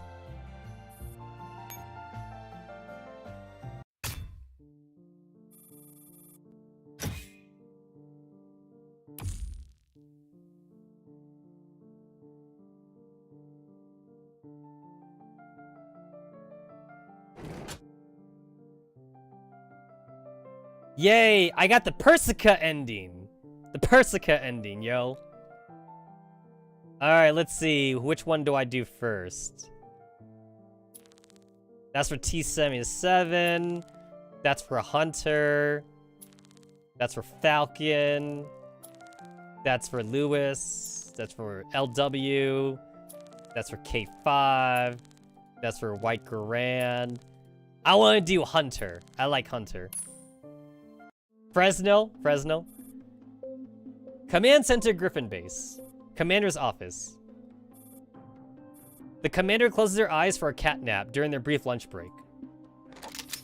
But their sluggish mind clears immediately when they feel a cold metallic object press against the back of their head.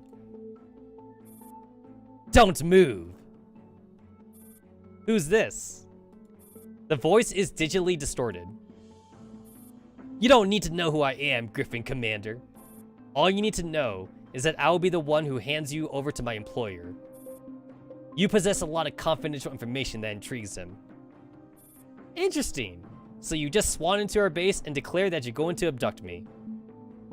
From what I know, that has happened in the past. You know what? She's not wrong, though. It's very easy to kidnap the commander.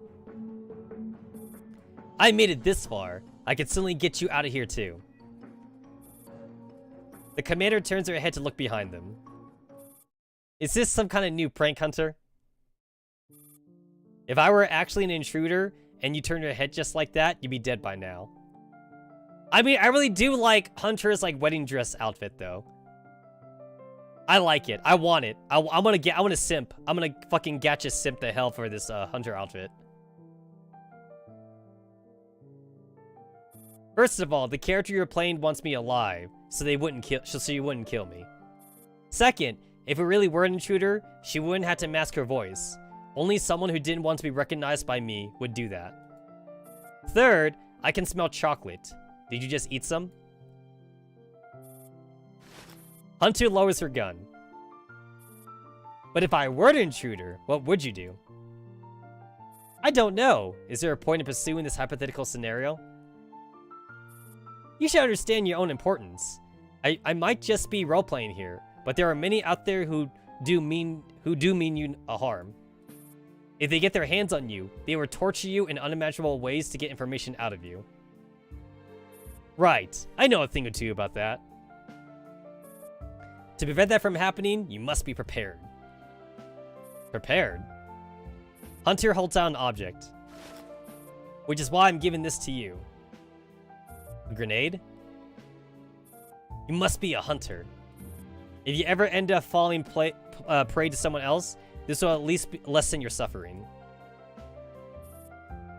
The commander holds up the grenade in silence. You can also use it as a desk lamp. It's quite handy. Thank you. You're welcome. With that, Hunter puts away her gun and saunters out the office, leaving the commander alone to stare at the grenade in a daze. Which button is the one that turns on the light?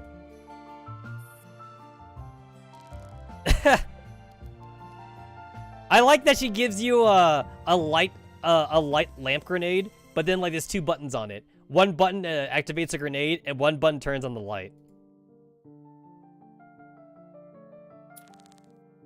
I wanted to do P22. Hashtag do not take that as a double entendre. Hashtag if you know what I mean. Command Center, Griffin Base. Thud. Commander. P22 is something wrong?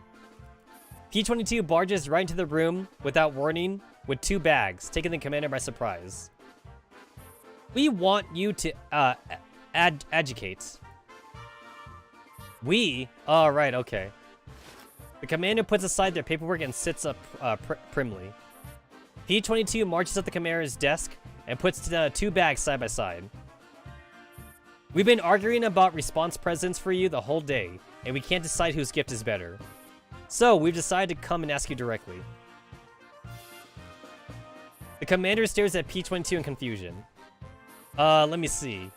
This is a teddy bear? That's what I picked. I think someone as kind and sensitive as Commander is bound to have an inner world as rich as a fairy tale. This is a much better choice compared to the other hardcore things, don't you agree? I think this is pretty hardcore in itself. The commander squeezes the teddy bear's paws. The more they look at it, the cuter it gets. And this over here is a gun replica? That's my pick. I think that fairy tale idea is a load of crap. To me, the commander is a hot-blooded badass. So how could that tame stuffed toy satisfy your wild heart? That's why I chose this exquisite model to display, a model display, to give you a taste of Battlefield even in your office. How am I wild? So, which do you think is a better gift for you? Confronted with this dilemma, the commander ponders their options, then picks up the gun replica and places it in the hand of the teddy bear. Both are gifts that P22 picked out especially for me. Compared to the gifts themselves, it's a sentiment that matters more to me. The same goes for the chocolate I gave you. so neither is better than the other. Carrying the armed teddy bear, the commander stands up and puts it into display cabinet to the side. How's that? P22? I was going to save the one you didn't pick for myself. At the sight of the commander's awkward expression, P22 bursts into laughter. Just kidding. Don't worry, Commander. If you're happy with this, we have nothing against it either. Right. Thank you, P22. Then we'll be off. By the way, Commander, next time, you can make the chocolate a little sweeter. Both of us would prefer it that way. Got it. I'll keep that in mind for next time. I mean, like, it is kind of annoying that, like, P22 got, like, she got, like, a split personality thing going and shit. But I do think it's kind of cute, though. I do think the split personality thing is cute. It's cute as long as, like, you don't overplay it. You know what I'm saying? Yeah, just don't overplay the split personality thing. What else do we got? We got LWMG. Lewis is probably going to be something about, like, beautiful people or some shit. It's like, Commander, you're so beautiful or whatever. I don't know. In the corridor, a Griffin base. Ugh, hup. This is really heavy. You can do it, Commander. I don't think I can, Lewis. Give me a hand. Alright, leave it to me. Hup. You asked me for help, but I ended up humiliating myself. Say, what is this anyway? Why are we moving it into my room? It's a sewing machine. A sewing machine? The commander gawks at the enormous box. A sewing machine? A sewing machine. Why? Why are you moving a sewing machine into my room? This is the sewing machine that I sew everyone's clothes with. I bought it using my own savings, but recently, everyone who loves the clothes I make them has chipped in and bought me a new machine. So I thought I would give this one to you as a gift, since it's full of my memories. The commander opens her mouth to speak, but seeing Lewis' passionate, innocent eyes, they just don't have the heart to turn her down. Thanks. Yay! Then I'll move it further in. If you don't mind. As Lewis goes about moving the box enthusiastically, the commander secretly comes to a decision. They must ask Kalina to get the sewing machine out of here somehow. No, Commander, you meanie! You just can't say no to a girl's gift like that. You must keep the sewing machine in your room forever now. And then the commander, like, learns how to sew and shit. Oh, that's the fortune-telling bitch. Alright. Corridor Griffin base. The commander comes to a halt as they turn the corner. They turn their head robotically and stare at a stall that clearly has no business being there. K5, what are you doing? Please call me Jenny Dixon, Commander. So, what are you doing, Miss Dixon? My dear passing commander, this seems like a perfect time to do a reading on your fortune. Why don't you come and sit down before me? Have you informed Kalina about this? You shouldn't be blocking the corridor, you know. The commander takes a seat in confusion and looks down at the table covered in tarot cards. Oh, merciful stars, please reveal this lost lamb's fate to me. I see. K5 flips over a tarot card in front of her. However, the commander has seen her do readings before, and they know she won't do a proper one so haphazardly. Looks like you have disaster in store for you in the near future. Really? Can you be more specific? That's not important, Commander. What matters is that I'm the only one who can help you to avert it. She retrieves a crystal ball from under the table. It seems to have been mounted into a music box by hand. I'm giving this to you, and can ward off any calamity for you. Is this what you're giving me in return for the White Day chocolate? Thank you, K5, I cherish it. I don't know what you're talking about. My name is Jenny Dixon, but I'm sure Miss K5 would be glad to hear that. Of course, don't worry, I'll keep it safe. The commander smiles as they put away the crystal ball carefully. Should I help you pack up, Miss Dixon? No, I'll move before Miss Kalina gets here. I wish you a pleasant weekend, Commander. Thank you. Well, that was adorable.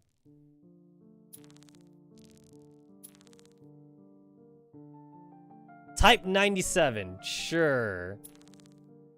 Is she gonna talk about her sister? I bet she's gonna talk about her sister. What do you think, Commander? Awesome, right? These are all in my collection. I didn't know you collected so many leaves. Did you find them all by yourself? Some I found on my walks. Some I picked up while on missions. If I see a leaf I like, I put it in the book that my sis has given me to bring it back. I still haven't finished the book, but I collected a bunch of maple leaves. Your sister would be sad to hear that. No, she wouldn't. So, which do you think is the prettiest? Do I have to choose one? Yep. Then this one. I'm not really an expert on a stack of leaves, but this one looks very nicely shaped. Type 97 nods thoughtfully. Say, have you been learning how to paint lately? I'm seeing a lot of painting tools in your room. Paint? Oh yeah, I've actually been doing something like that. My first piece of work will be ready soon. Want to be the first to look at it when it's done, Commander? Can I really? I look forward to it. Of course. Type 97 looks at the Commander's eyes and gives a fervent nod. Returning her gaze, the Commander can't help but feel quite expectant. Oh, yeah, I mean, like, she didn't talk that much about her sister that I thought she would talk about. So, like, that was good. Basically, like, I always get annoyed by, like, Emoto-san characters. Because they're always all like, oh, Nei-san, like, all the time. So, that was actually a pleasant surprise. M1 grand. Oh, we back at the office. Yawns. Damn it, I'm getting sleepy. After such a busy night last night, I still have to stay on top of the work today. This is too much. This is too hard for me.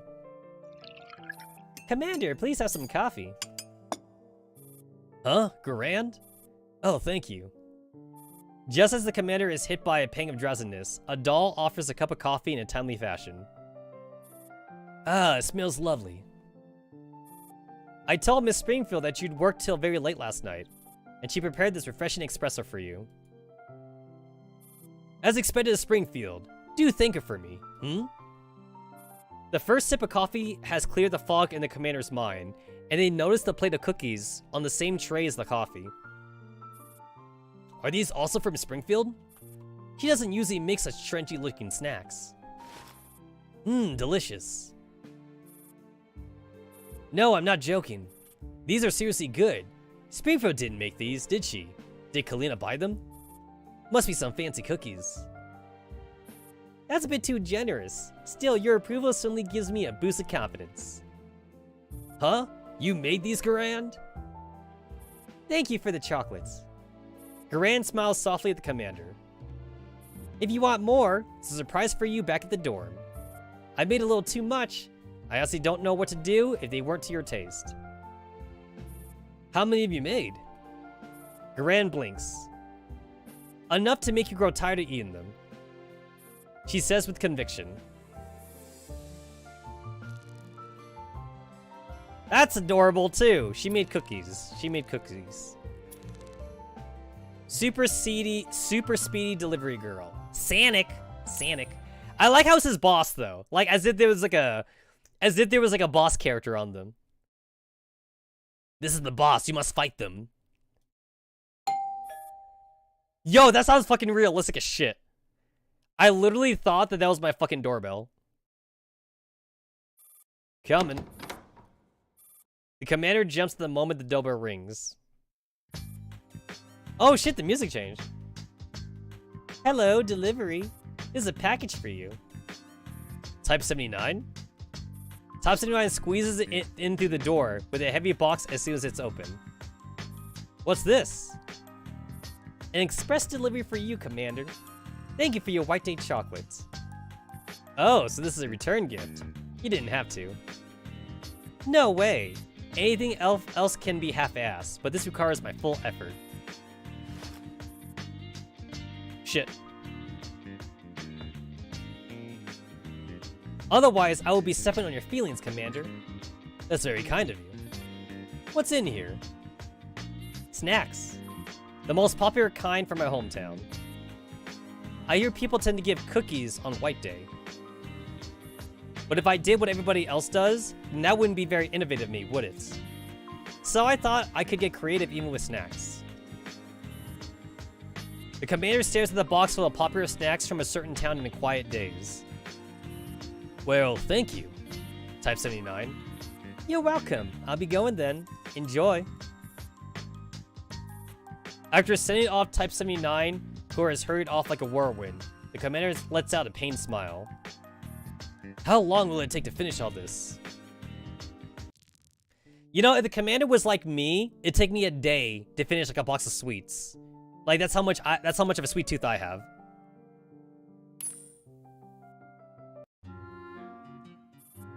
Corridor Griffin Base. At the end of a busy day, the commander rushes over to Perska's lab. The chocolate making machine hasn't been dealt with yet. The commander obviously hasn't forgotten about such an important matter. As the commander approaches the lab, they hear the sound of the machine operating inside. The machine is still running. Persica? The commander calls out to Persica into the lab, but there's no sign of her. All they see is the machine still in operation. What? Commander, are you off duty already? Lamb? What are you doing here? LWMMG looks at the machine behind the commander. You gave me the chocolate this morning, remember? A White Day gift. Of course I remember. I haven't gone senile. Technically, that chocolate was a response gift for the chocolate I gave you a month ago. So if I give you another gift in return for that gift, it will create a cycle. What do you mean? I believe it may be a little easier on everyone if we don't consider it a response gift. Just as she comes to that conclusion, the machine behind the commander emits a sound that signals the completion of what it's been doing. Lamb takes the commander's hand and pulls them up to the machine. I use the remaining ingredients to make this. Commander, would you like to eat it with me? The commander chuckles at the sight of a gigantic chocolate cake and nods. Of course, but don't tell Kalina. Thank you. The machine can be put away later. Ooh, chocolate cake. That sounds good right about now. Yo, I could go for some chocolate cake. Falcon? Falcon. Oh, we got the orchestra thing now. Alright. Great Hall, Griffin Base. After the final chord is struck, Falcon sits silently, soaking in its echo, and only opens her eyes when the commander applauds. I knew I shouldn't have expected any less from my little lamb. But I never thought you'd hire the entire hall just to listen to my recital. I didn't exactly hire the place. You gave me too much credit. It just wasn't booked to begin with. Not much of a charmer, are you, little lamb? But that's alright. This has already made me very happy. And with the chocolate you gave me, I must do something to return the favor. I didn't do this expecting a gift in return. And I'm not giving you a gift just to even the score, little lamb. Falcon smiles as she walks down the stage. What do you want, little lamb? I might give you something with quite a lot of sentimental value. Huh? Haha. Falcon takes great delight at the commander's discomfort and happily hangs her guitar over the commander's neck. This is my very first guitar, little lamb. She is slowly losing her sweet timbre and can no longer play beautiful music with me. Cherish her. She has been through a lot with me. Treat her the way you treat me. You mean like in the logistics and abused and never looked at again? Sure, I'll treat this guitar the same way I treat you. Thank you for your trust. I will keep her safe. Of course you will, little lamb. Falcon retrieves the pick with her guitar and waggles it in front of the commander's face. Then she turns around and starts heading for the door. If you want to hear me play again, remember to make a booking. If the Great Hall is available, I definitely will. Happy White Day. And that was cool. I learned a little bit more about her, even though she was a login girl. I like learning about some of the not used characters.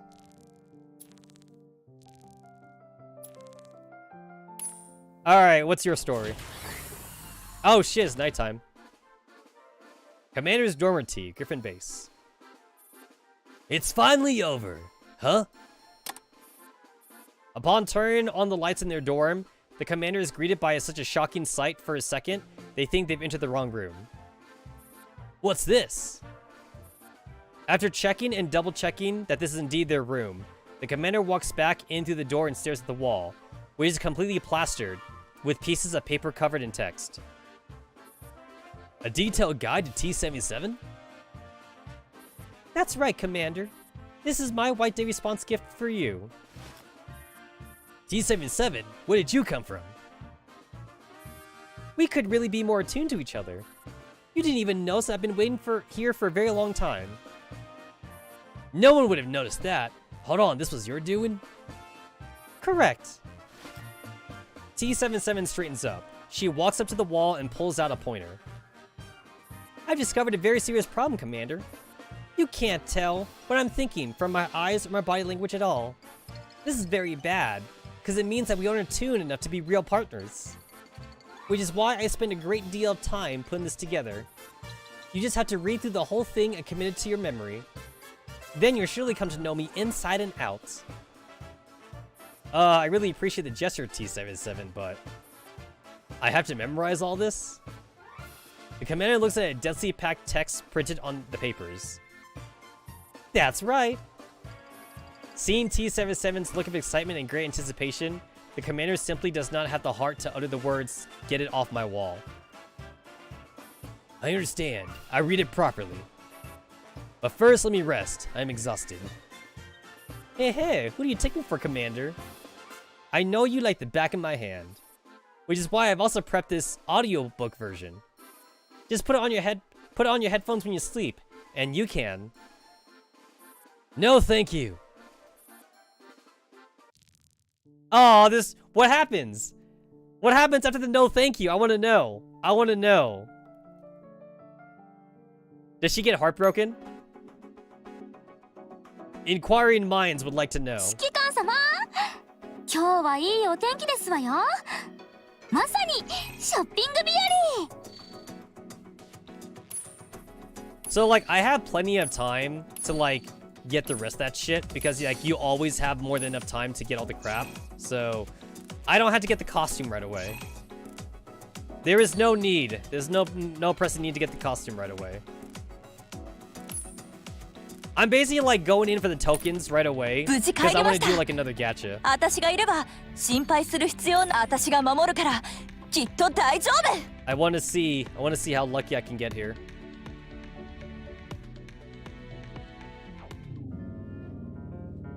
Let's fucking go! Let's go. Gimme. Let's go. Damn it! Damn it. Alright. Whatever, game. Whatever. That's a lot of cake. I got 3 fucking cakes out of that.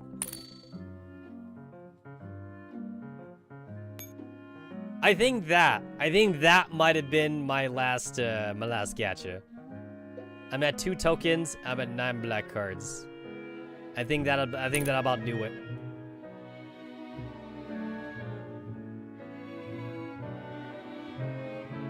That'll do. But wait, there's more. What if I told you that I would get Geiger in this very stream? I mean, like, I already have Geiger, so to be fair, this would just be getting like a star in Geiger. And Geiger is like not particularly useful anyway. But you know, what if I were? What if I were to get Geiger though? Let's see. We got 16 days. We got 16 days left. Come on, Geiger. Show me them stars. Show me them stars.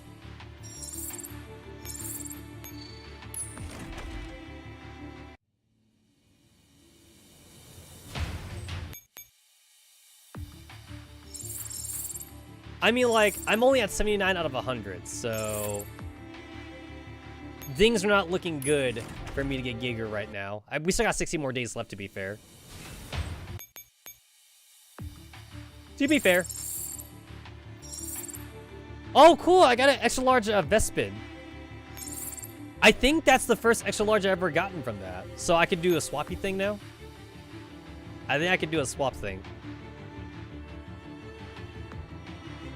I think the one I had before was a large.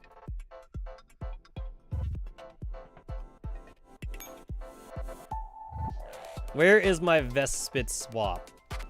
Yeah, it's just a large. So now I can swap it for the extra large. Yeah, there we go.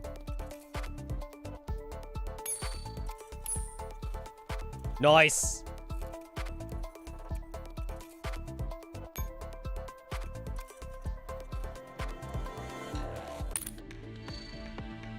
Complete 1,500 coalition unit standard captures. Nice. Now I can go ahead and get rid of the large one that I have.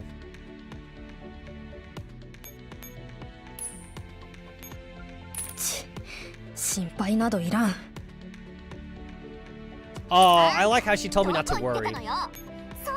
But you're my waifu, Hunter. You're my waifu. I have to worry. It's my job to worry. Coalition units, and then initial 2 stars, regular army. Oh wait! Oh shit! I didn't even realize that.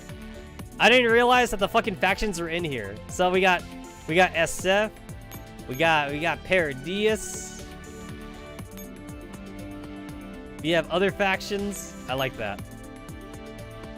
So when do we get the fucking KCCO capture? When do we get the KCCO capture?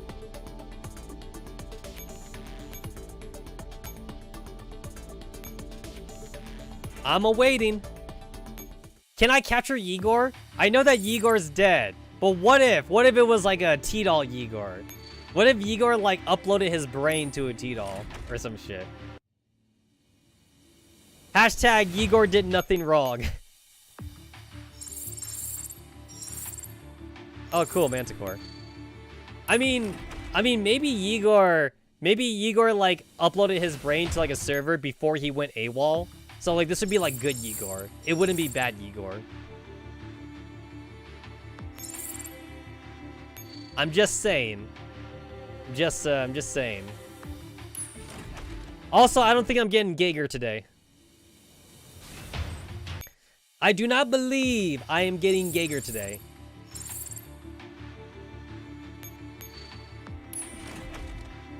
I mean, having a star is nice. Having a star is nice. You know what's better than having 1 star? Having 4 stars.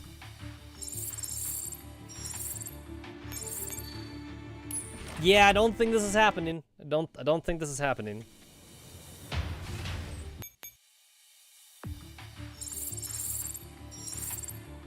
Man, I love how quiet my keyboard is because like it's a membrane keyboard.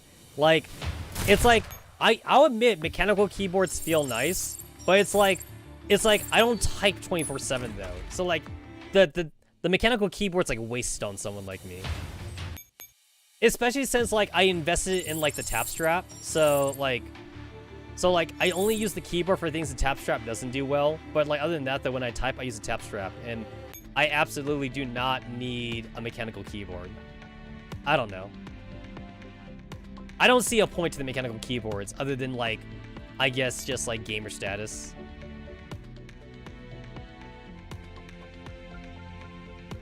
That's just me. Also, it's midnight my time, but then like I just forgot though, because of daylight savings time, that the server it doesn't reset for me now on midnight. The server for now, it resets for me on 1 AM now. Yeah, it's 1 AM now for the resets.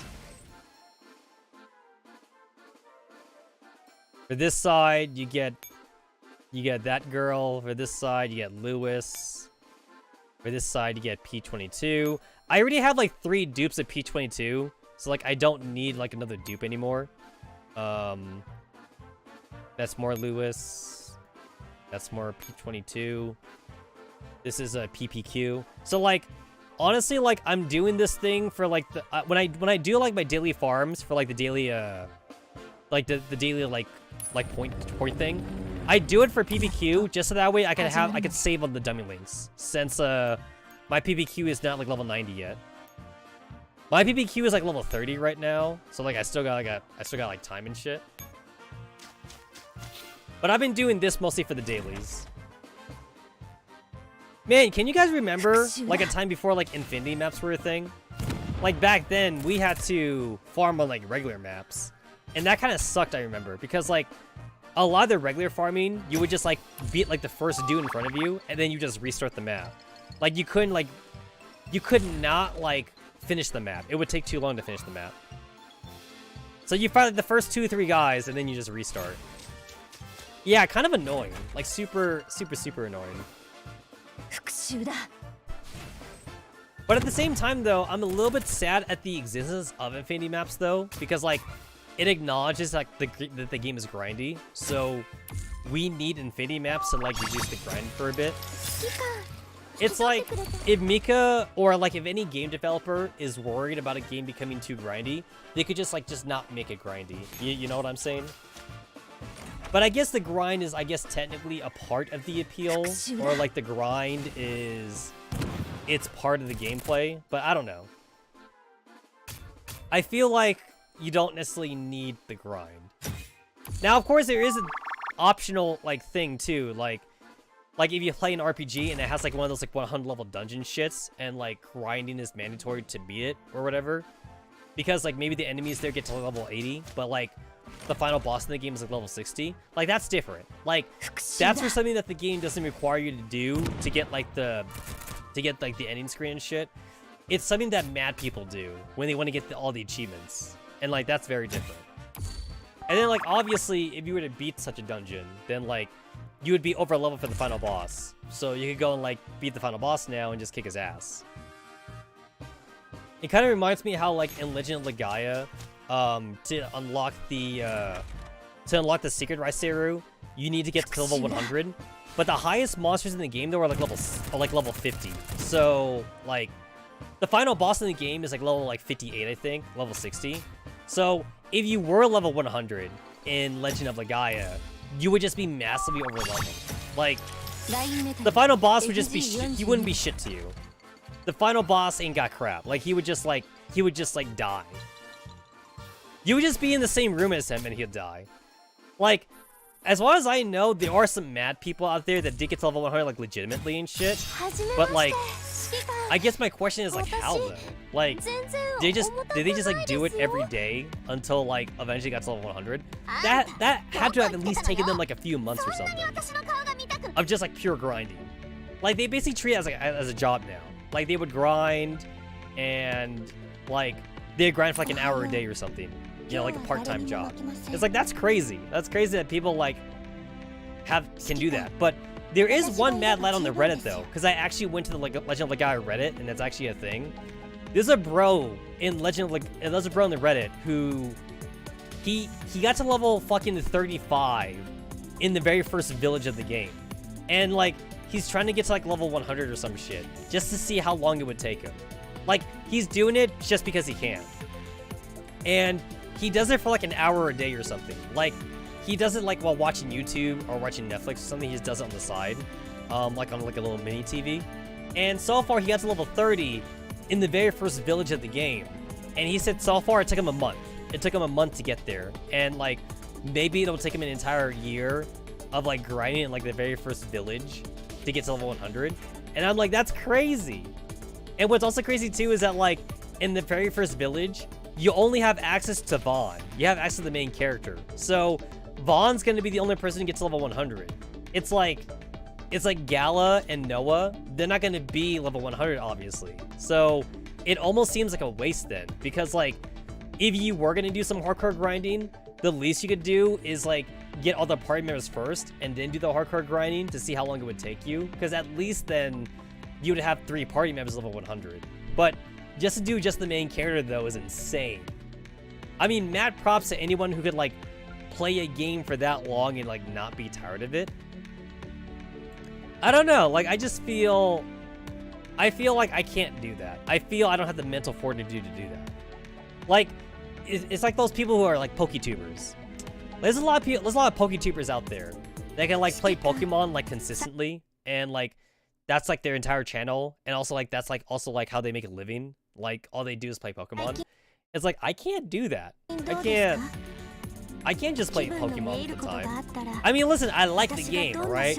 Like I like the game, but even I got tired of playing Scarlet and Violet like after a while. You know what I'm saying? I got tired of playing it.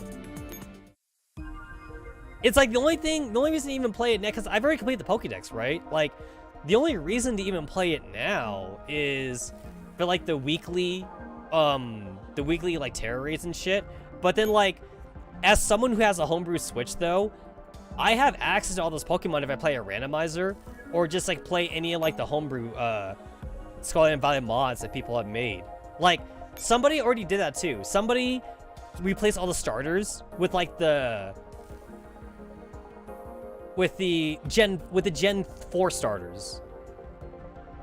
I forget what the region's name was called. Yeah, I forget the region. But like all the Gen 4 starters are in there. So like they replaced like, you know, like Fuecoco and Sprigatito and shit. They replaced the Scarlet and Violet starters with like the Ruby and Sapphire starters and shit. You know, it's like it's in there, you know, like most of the Pokemon are in there. Like not all the Pokemon are in there, like not all 1,000 Pokemon are in there, but I believe we have like 700. We like 700 Pokemon in Scarlet and Violet or some shit. I don't know. だから指揮官のあの戦術は指揮官何か用事ですか？いえいえ、さっきのはあなたに話しかけたわけじゃありませんよ。 What the hell is like P22 story again? I'm gonna look that up. I forget what the whole like split personality thing comes from again. I'm gonna look up P22's thing again. Let me see. P22. I'm looking at P22. P22.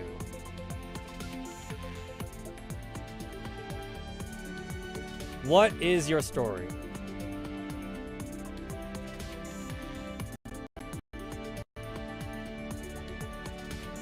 Okay, I just saw some really cool fan art of P22. That's nice. I'm on the Reddit right now. I'm basically like scrolling back to like the P22 like personality page thing, but it might be just easier for me to look on the wiki instead. Oh my god! I remember seeing this fan art a long time ago. Yeah, the split personality thing. Now that's adorable. What is really going on in P22's head? Yeah, it's like they got like a Genki Girl P22. You have like the smart P22. You have a you have like I don't know what to call this P22, the veteran P22. That's just funny right there.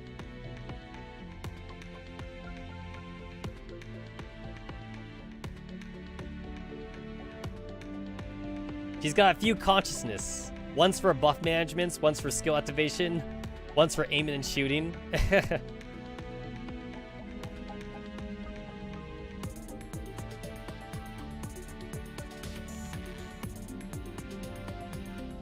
Let me see. Okay, let's start our committee of preventing P22 from running into destruction flags.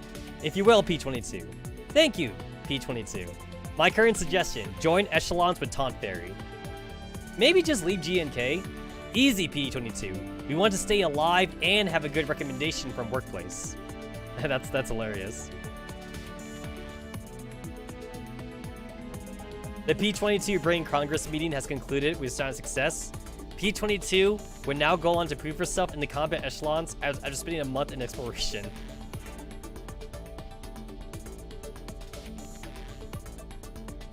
Yeah, that's funny. All right, I'm just gonna go to the wiki then, because the wiki should have like everyone's like little like personality pages.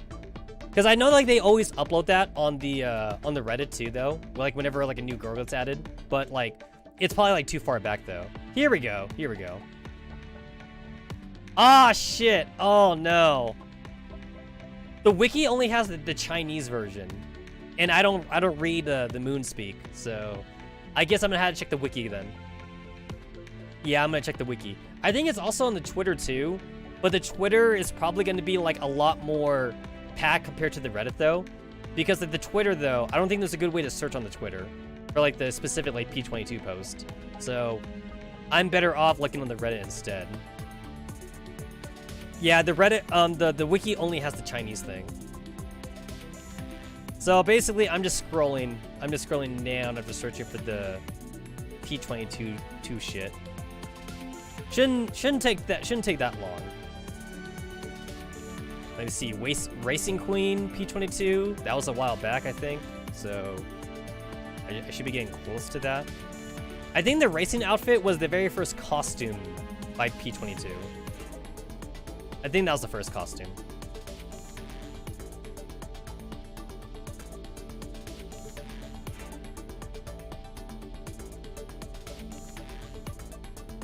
Let's see, production rate up for PX4 Storm, FP60, P90, not yet. Let me see, 2 years ago, 3 years ago. I don't think it's been 3 years.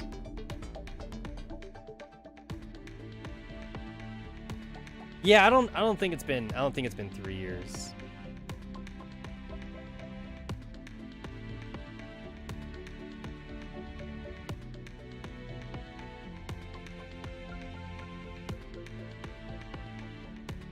All right, let me try this again. Let me see, girls Frontline P22. Oh, I misspelled girls Frontline.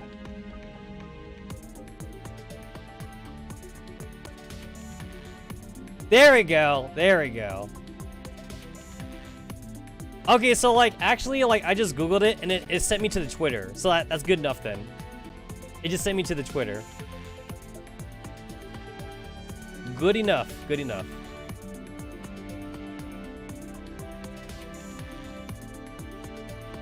I'm actually going to save this in my T-Doll introduction folder because I have that. That's a thing I have.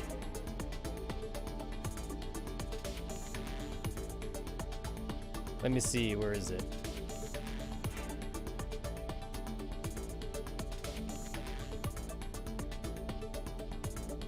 Special Crypt, Screenshot Archive, T-Doll Letters. Here it is, Preview T-Doll Pics. That's the folder I saved it in. Alright, so what do we got? What do we got for P22's thing? Let's see. She always talks to herself and sometimes gets into a quarrel with herself, which makes it difficult for others to tell who she's talking to. Thanks to this habit, however, she is always able to evaluate the situation from different angles when in crisis. Whatever happens, she can deal with it calmly. Yeah, so yeah, she just has like split personality syndrome or whatever. She's always talking to herself. That's actually why like a lot of her like waifu lines, like she's always like telling the commander that like I wasn't talking about you and shit. 話題がないときは指揮官の話をすればいいわ。指揮官のことならどれだけ話してても飽きないもの。 And then like she's talking about the commander inside her head too, which is kind of adorable. I like that.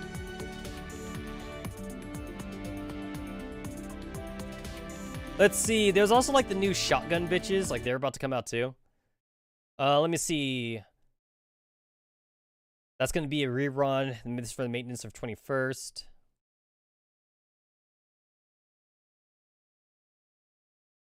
Oh, cool! On the for the maintenance for the 21st, Hunter wedding dress outfit is going to be available. Nah, I got a simp. I got a simp for the Hunter outfit, definitely. Yeah, I definitely got a simp for that. And then like what else? Checking the Reddit again. I know that there's also like the new shotgun bitches. Yeah, I know that that's a thing. I mean, like, usually, like, I just don't put much stock into the new shotgun girls anyway, because, like, there's almost, like, never a reason to, like, send out shotguns. Other than, like, the usual, like, rock, paper, scissors thing of, like, certain enemies, like, where you, like, need to defend on or something. It's like, that's about it. Like, just, like, the few enemies that, like, you need to, like, defend against.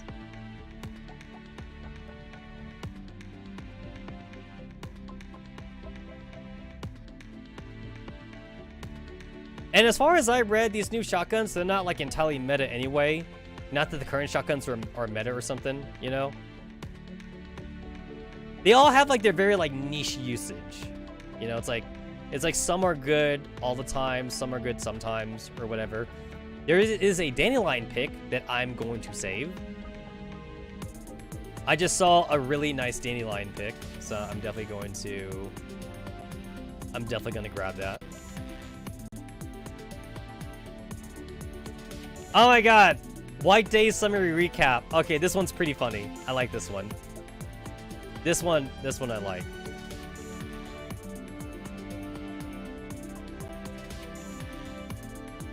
Ah, yes, Sposs 15. There we go. I was looking up the shotgun bitches. Yeah, Sposs 15. The little sister to Sposs 12. That's nice. What does her thing say about her? What does her thing say? Sposs 15 revels. Oh. Okay, that was I don't know why I don't know why that went away. Shit, I lost the Mika team post. Here it is. There we go. It'll just be easier if I click on Mika team post.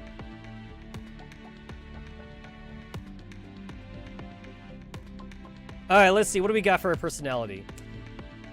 What do we got? Sposs 15 revels in fighting at the forefront. To her, everything brought by fighting, both victories and pain, is a source of joy. If the circumstances allow, she'll also put together a playlist that fits the battlefield she finds herself in to listen to as she fights. She often behaves very affectionately with the commander. She claims to be just fooling around, but her actions suggest otherwise. So basically, she's a waifu. She radiates sisterly love when she's around her senior Sposs 12. Her friend AM17 teasingly compares the relationship between the two that a hamster and its owner. Ah, so she's the Emoto kind of character. Got it. Oh, I fucking love that victory screen. Oh, that's amazing. That victory screen's amazing. I love it.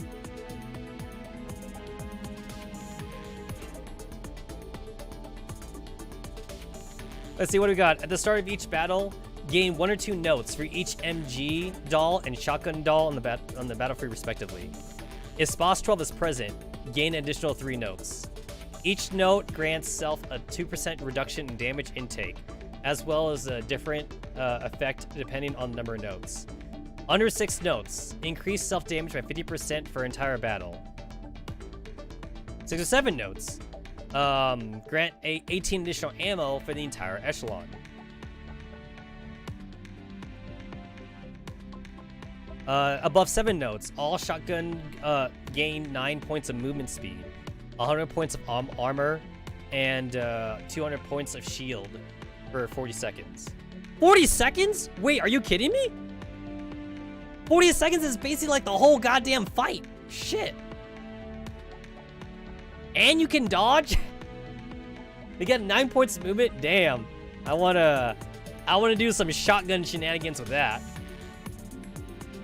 Let me see, if you put Sposs in the thing, she gets 3 additional notes. And she gains 1 note and 2 notes for each MG and shotgun doll. So, with 5 shotguns, it'd be 10 notes. But with Sposs, it'd be like 13 notes then.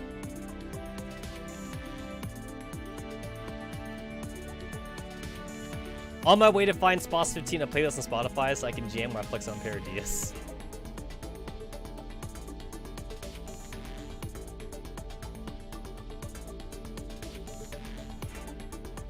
They would become invincible to attacks below 100, plus their own armor damage. Damn, yo!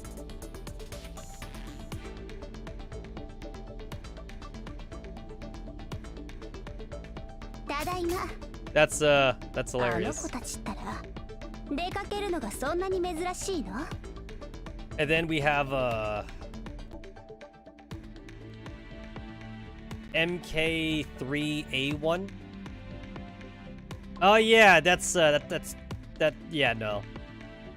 She's a little bit she's not to my taste. Not to my taste. How about UTS-15? Is she a waifu for me? Oh, I love the boob squish. Determined to become an idol. This doll holds her own appearance to extremely high standard. She always wears makeup and high heels. Tidies her hair regularly and makes sure to constantly keep up her meticulous, cheerful, and vivacious persona. But when she is not in public, she will let herself go and revert back to her real self. A gamer girl home buddy that munches on potato chips and lazily. Of course, this side of hers is strictly top secret. Oh, she's adorable. She's adorable. Let me see. Passive grants all allies on the 8 adjacent tiles surrounding self 10 points of armor. Additionally, allies in this area will receive 3 points of accuracy per second, up to 30 points. Active grants self and units in the same row 50% damage intake reduction for 8 seconds. Okay, so like her active kind of sucks. Her passive is actually pretty good though. Her passive is pretty nice. I think her active skill kind of sucks. For a moment, I thought Lamb was cosplaying as an idol. Hatsune Miku, if you ask me.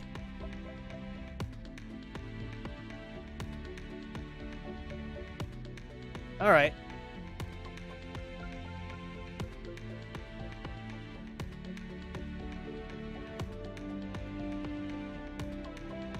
And then, of course, I can't wait. I can't wait for this, man. Can't wait for this. Let me see. Her clothing incorporates structures similar to those of insect wing scales. Nice.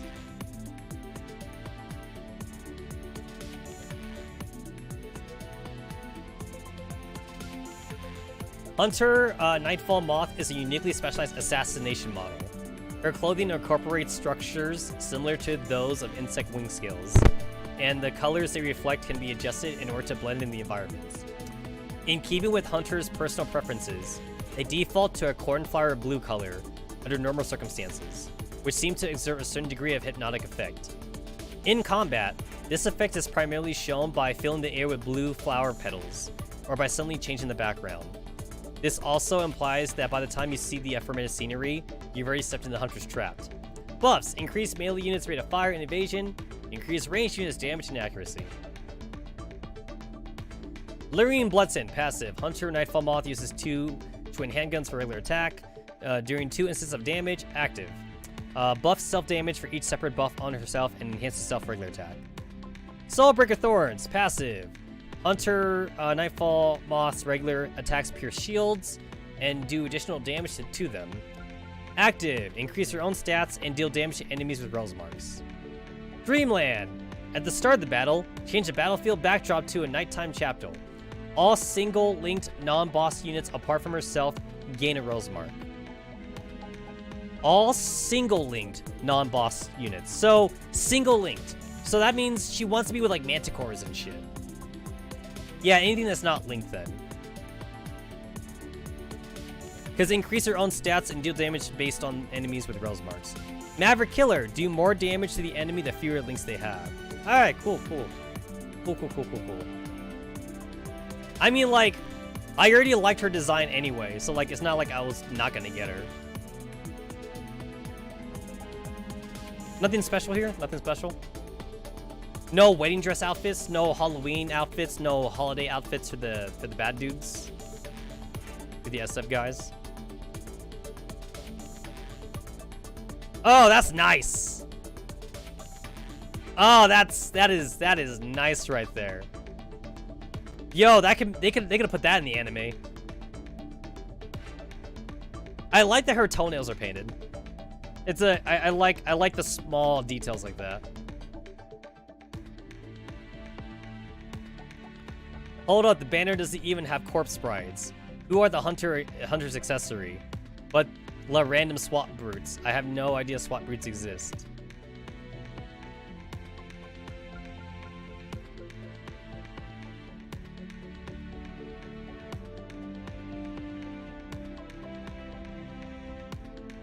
It's also the same case with Newmon swaps. They are in the index, but there's really no way to fight them outside the theater, I believe. No, swap Newmons exist in the main stages. They are part of swap pack, blah blah. They don't exist for PA and only in DR theaters enemies. Mika fucked up, as usual for EN, and used the wrong image. The label even says brute. Same goes to the Dragoon, though at least swap Dragoons actually exist. Oh, they fucked up the image? Okay, cool, got it. They fucked up the image, good to know, good to know. Can't believe they fucked it up again. Well, I can't believe it. Let me see, if my sources to be believed, she has pretty good single target DPS, possibly even the best of all current ringleaders. Let me see. Especially against single link enemies, which includes a lot more than those non-parodious enemies. Also brings something new to the table for SF, consistent HP shield bypassing. That said, she and other strong combat-oriented ringleaders are more good to have than must have, as they've been replaced and are often outperformed by adequately built G and K echelons. This skill 3 raises a question to me. Do rose marks apply to your own manticores and bean factories as well? Those debuffs are pretty serious for them, especially in the manticores. They do apply to our units, but bringing a corpse sprite makes them immune, and also gives a hefty 10 to 20% firepower cooldown damage, buff. Too bad we're not getting them this banner. If you end up looking in this index, note that the Bride skill is also mistranslated. The buff only applies to single link units, and not all units. And the FP is only 10% instead of 20%. Cool. It's kind of hot. I agree with this guy. Passive, get fucked Deagle. Interesting how they didn't bring Brides back for her run, with her ability to suppress friendly fire. Rose marks is kind of their main draw. On a side note though, what the fuck do marks actually do besides give bonus damage to Hunter? Let's see, if I'm reading it wrong, skill 3 plus 2 deals damage to your own manticores, bean factories, if you use any. Corpse sprites, which are supposed to run at the same time as her, make your site immune to rose marks, and give a whole squad-wide FP crit damage buff. So that's the intended solution to the problem. If you didn't grab some back then when they ran before, tough shit, I guess for now. I got 3 back then. Then melted since first was extra large, but it's not fully dummy link unfortunately. Guess it doesn't really matter since she only buff and you only need 1 since buffs do not stack. I assume they bring quartz sprites this banner. Kinda mad I didn't 5-link them when I had the chance to. Yeah, I'm kinda mad too. Honestly, what kinda actually makes me mad for like SF units in general is that you can't use cores to dummy link them. Like, you need to have dupes. You need to have dupes. So, if I go to factory, and I go to dummy link, and I go to coalition units, it's like there's a corpse sprite I did get, but then like, if I click on it, I only have access to this. I can't use cores, and that kind of makes me angry. Makes me mad. Because I have like so many cores I just want to use up. What was your skill again? Let me see. Raise all units rate of fire by 6%. I mean, I didn't max it out to be fair. Let me see. Waking Essence. All allies no longer gain rose marks. At the start of battle, increase all allies' damage and critical damage by 12%. This effect does not stack. So yeah, you only need 1. You only need like 1 corpse sprite. So you're supposed to put corpse sprite in with Hunter, but for some reason it's not coming in this banner, which is kind of dumb. Which is kind of dumb. At the start of the battle, change the battlefield backdrop to not title. All single link non-boss units apart from myself gain a Rel's mark. Oh, so that's a mistranslation because like somebody in here said like it's for all units. It's not just for single linked. So that's another mistranslation.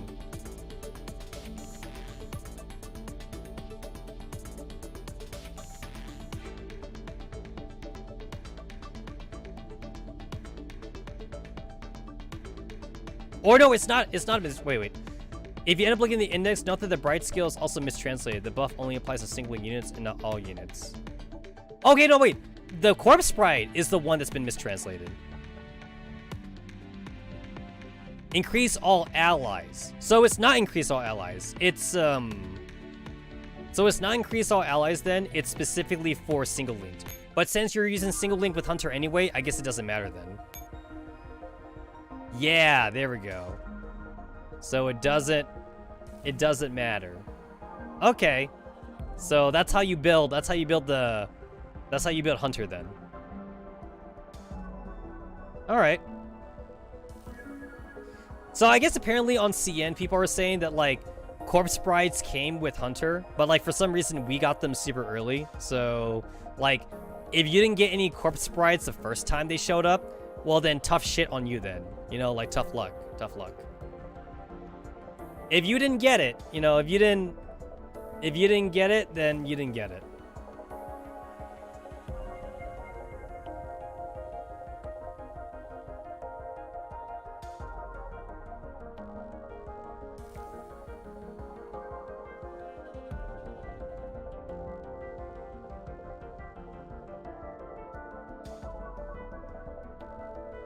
Okay, I get it now. Alright.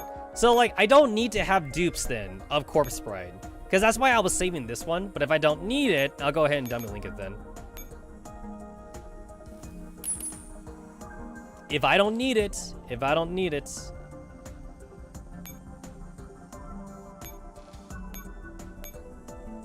Oh, did I get any more of these things?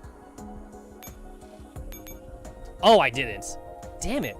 I'm trying to get more Jaeger swaps. I'm trying to get more of those.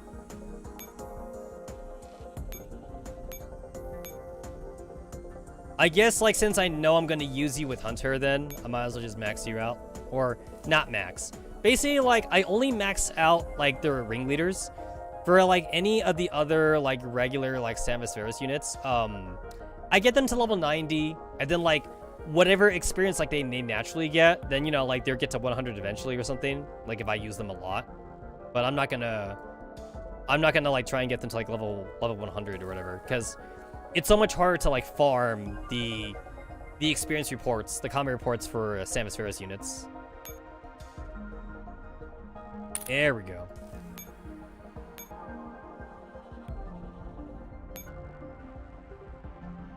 Alright, cool. Good enough for me. Good enough for me. Sure, why not? I mean, there's no reason to. I'm just doing it because I can. Doing it because I can. Also, I do need to make sure I save, which I'm pretty sure you need like 2,500 to do like the ringleaders, so I should be okay then. I gotta make sure I don't use up too much of that, especially if it's for shit that I know I'm not gonna use anyway.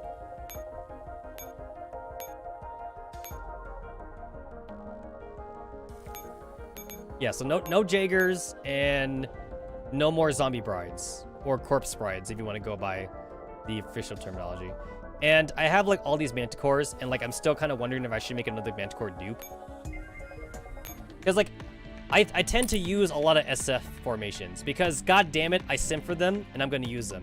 And there we go. I knew the game was loading because like it became 1 AM on my part, so now like everything should have refreshed.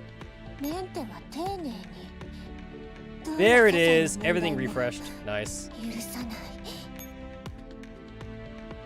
We in a new day. New day.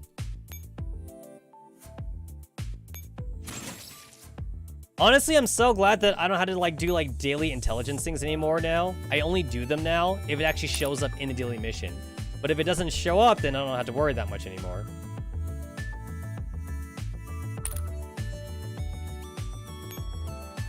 Because I don't always get it. I don't always get the daily mission.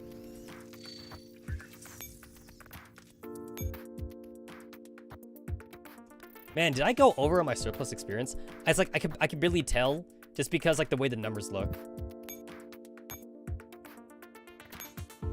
Okay, there we go. I wasn't over, but like, yo, Mika, can you like put like a space bar like in between surplus experience and the number shit? Can you put a space bar, please?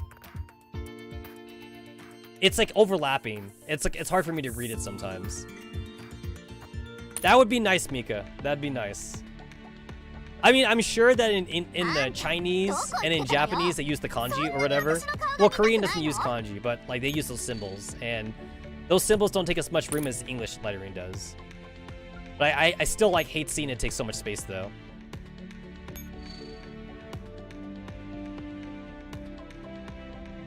Collect 5 hearts. I can do that. I can do that. I still have like all like the wedding bitches I need to collect hearts from. Not you bitches. There we go. 1, 2, 3, 4, 5. Nice. What was my last storm? My last storm's a new one. No, not that one. Yeah, it's the ice rink. It's the ice rink thing. That's funny.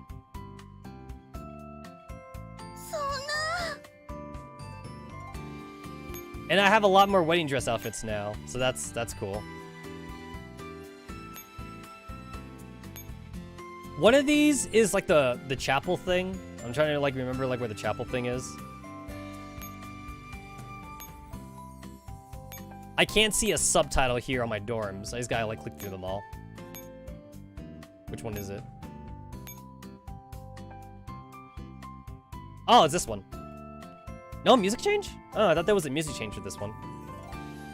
And then like if you take Anna and put her on the pedestal, she talks and shit. Yeah, I like this. I like that. That's funny. I like to imagine that since I have the SF team here, Agent is watching over Anna. I like to imagine that.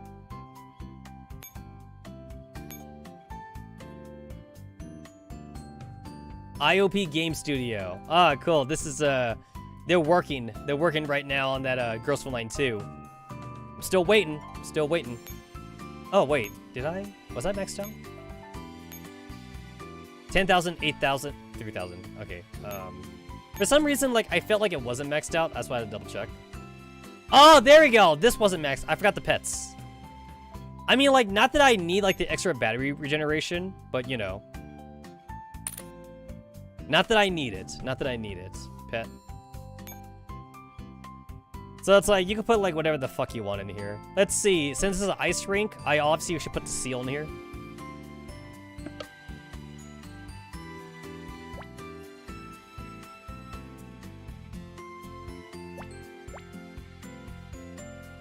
Oh yeah, that looks like it actually fucking fits. Nice. Old English Sheepdog. It's like, what else would fit, like, thematically with this? The Beagle. The Beagle kind of like, or the Basset Hound kind of like thematically fits. I don't want to put the summertime dude in there. Probably not the deer either.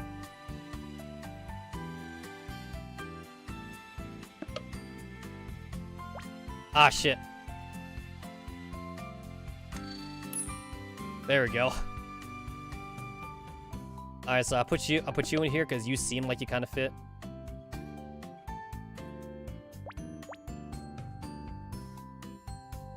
And then one more pet. It's like, I'm just gonna put a bird in here, even though most birds don't like the cold climate, but like, I need something that like doesn't take up a whole lot of real estate. And birds typically don't take up a lot of space. You definitely don't want to put reptiles in like a cold climate. You don't want to be doing that, honestly.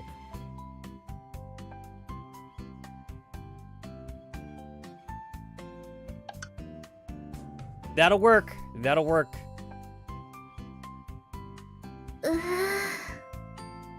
Oh, can you not? Is it not a thing you can stand on? Oh. So the podium you can stand on, but I thought this thing, you can like interact with that. Is that not a thing? What is that, by the way? Oh, it's a decoration. Flying rink, look to the starry sky. Oh. I thought that was like an interactable thing, but it's just a decoration, it said. It's not furniture. I thought it was a furniture. Too bad. Too bad. Seemed like that could be furniture. I don't know. Alright then, so I did the entire event. To be fair, I could have done it in one stream last stream, but like I didn't get to it, so oh well. But yeah, that was all of Love Bakery. Next up, I probably want to do another Project NeuroCloud thing for the Resident Mordon event, and then after that, probably get back to Project Nikke. The schedule is laid out in the Discord for those of you who see the schedule. And then after that, Fire Emblem Engage. That's the schedule for the future. So my chicken stock, I think has been simmering for a few hours now. So I think it's time for me to go and enjoy my dinner. My noodles are already prepared. I just gotta like boil it in the chicken stock for a bit. So I'm gonna go eat myself some dinner. I do have work later on today, so I gotta go and be a productive member of society. As always, I'd like to thank everyone for hanging out with me for the Saturday's live stream. Sorry that there was no live stream yesterday. I was hungover too much, so yeah. Thursday, I had a great time Thursday. Friday was not a good time. But yeah, as always,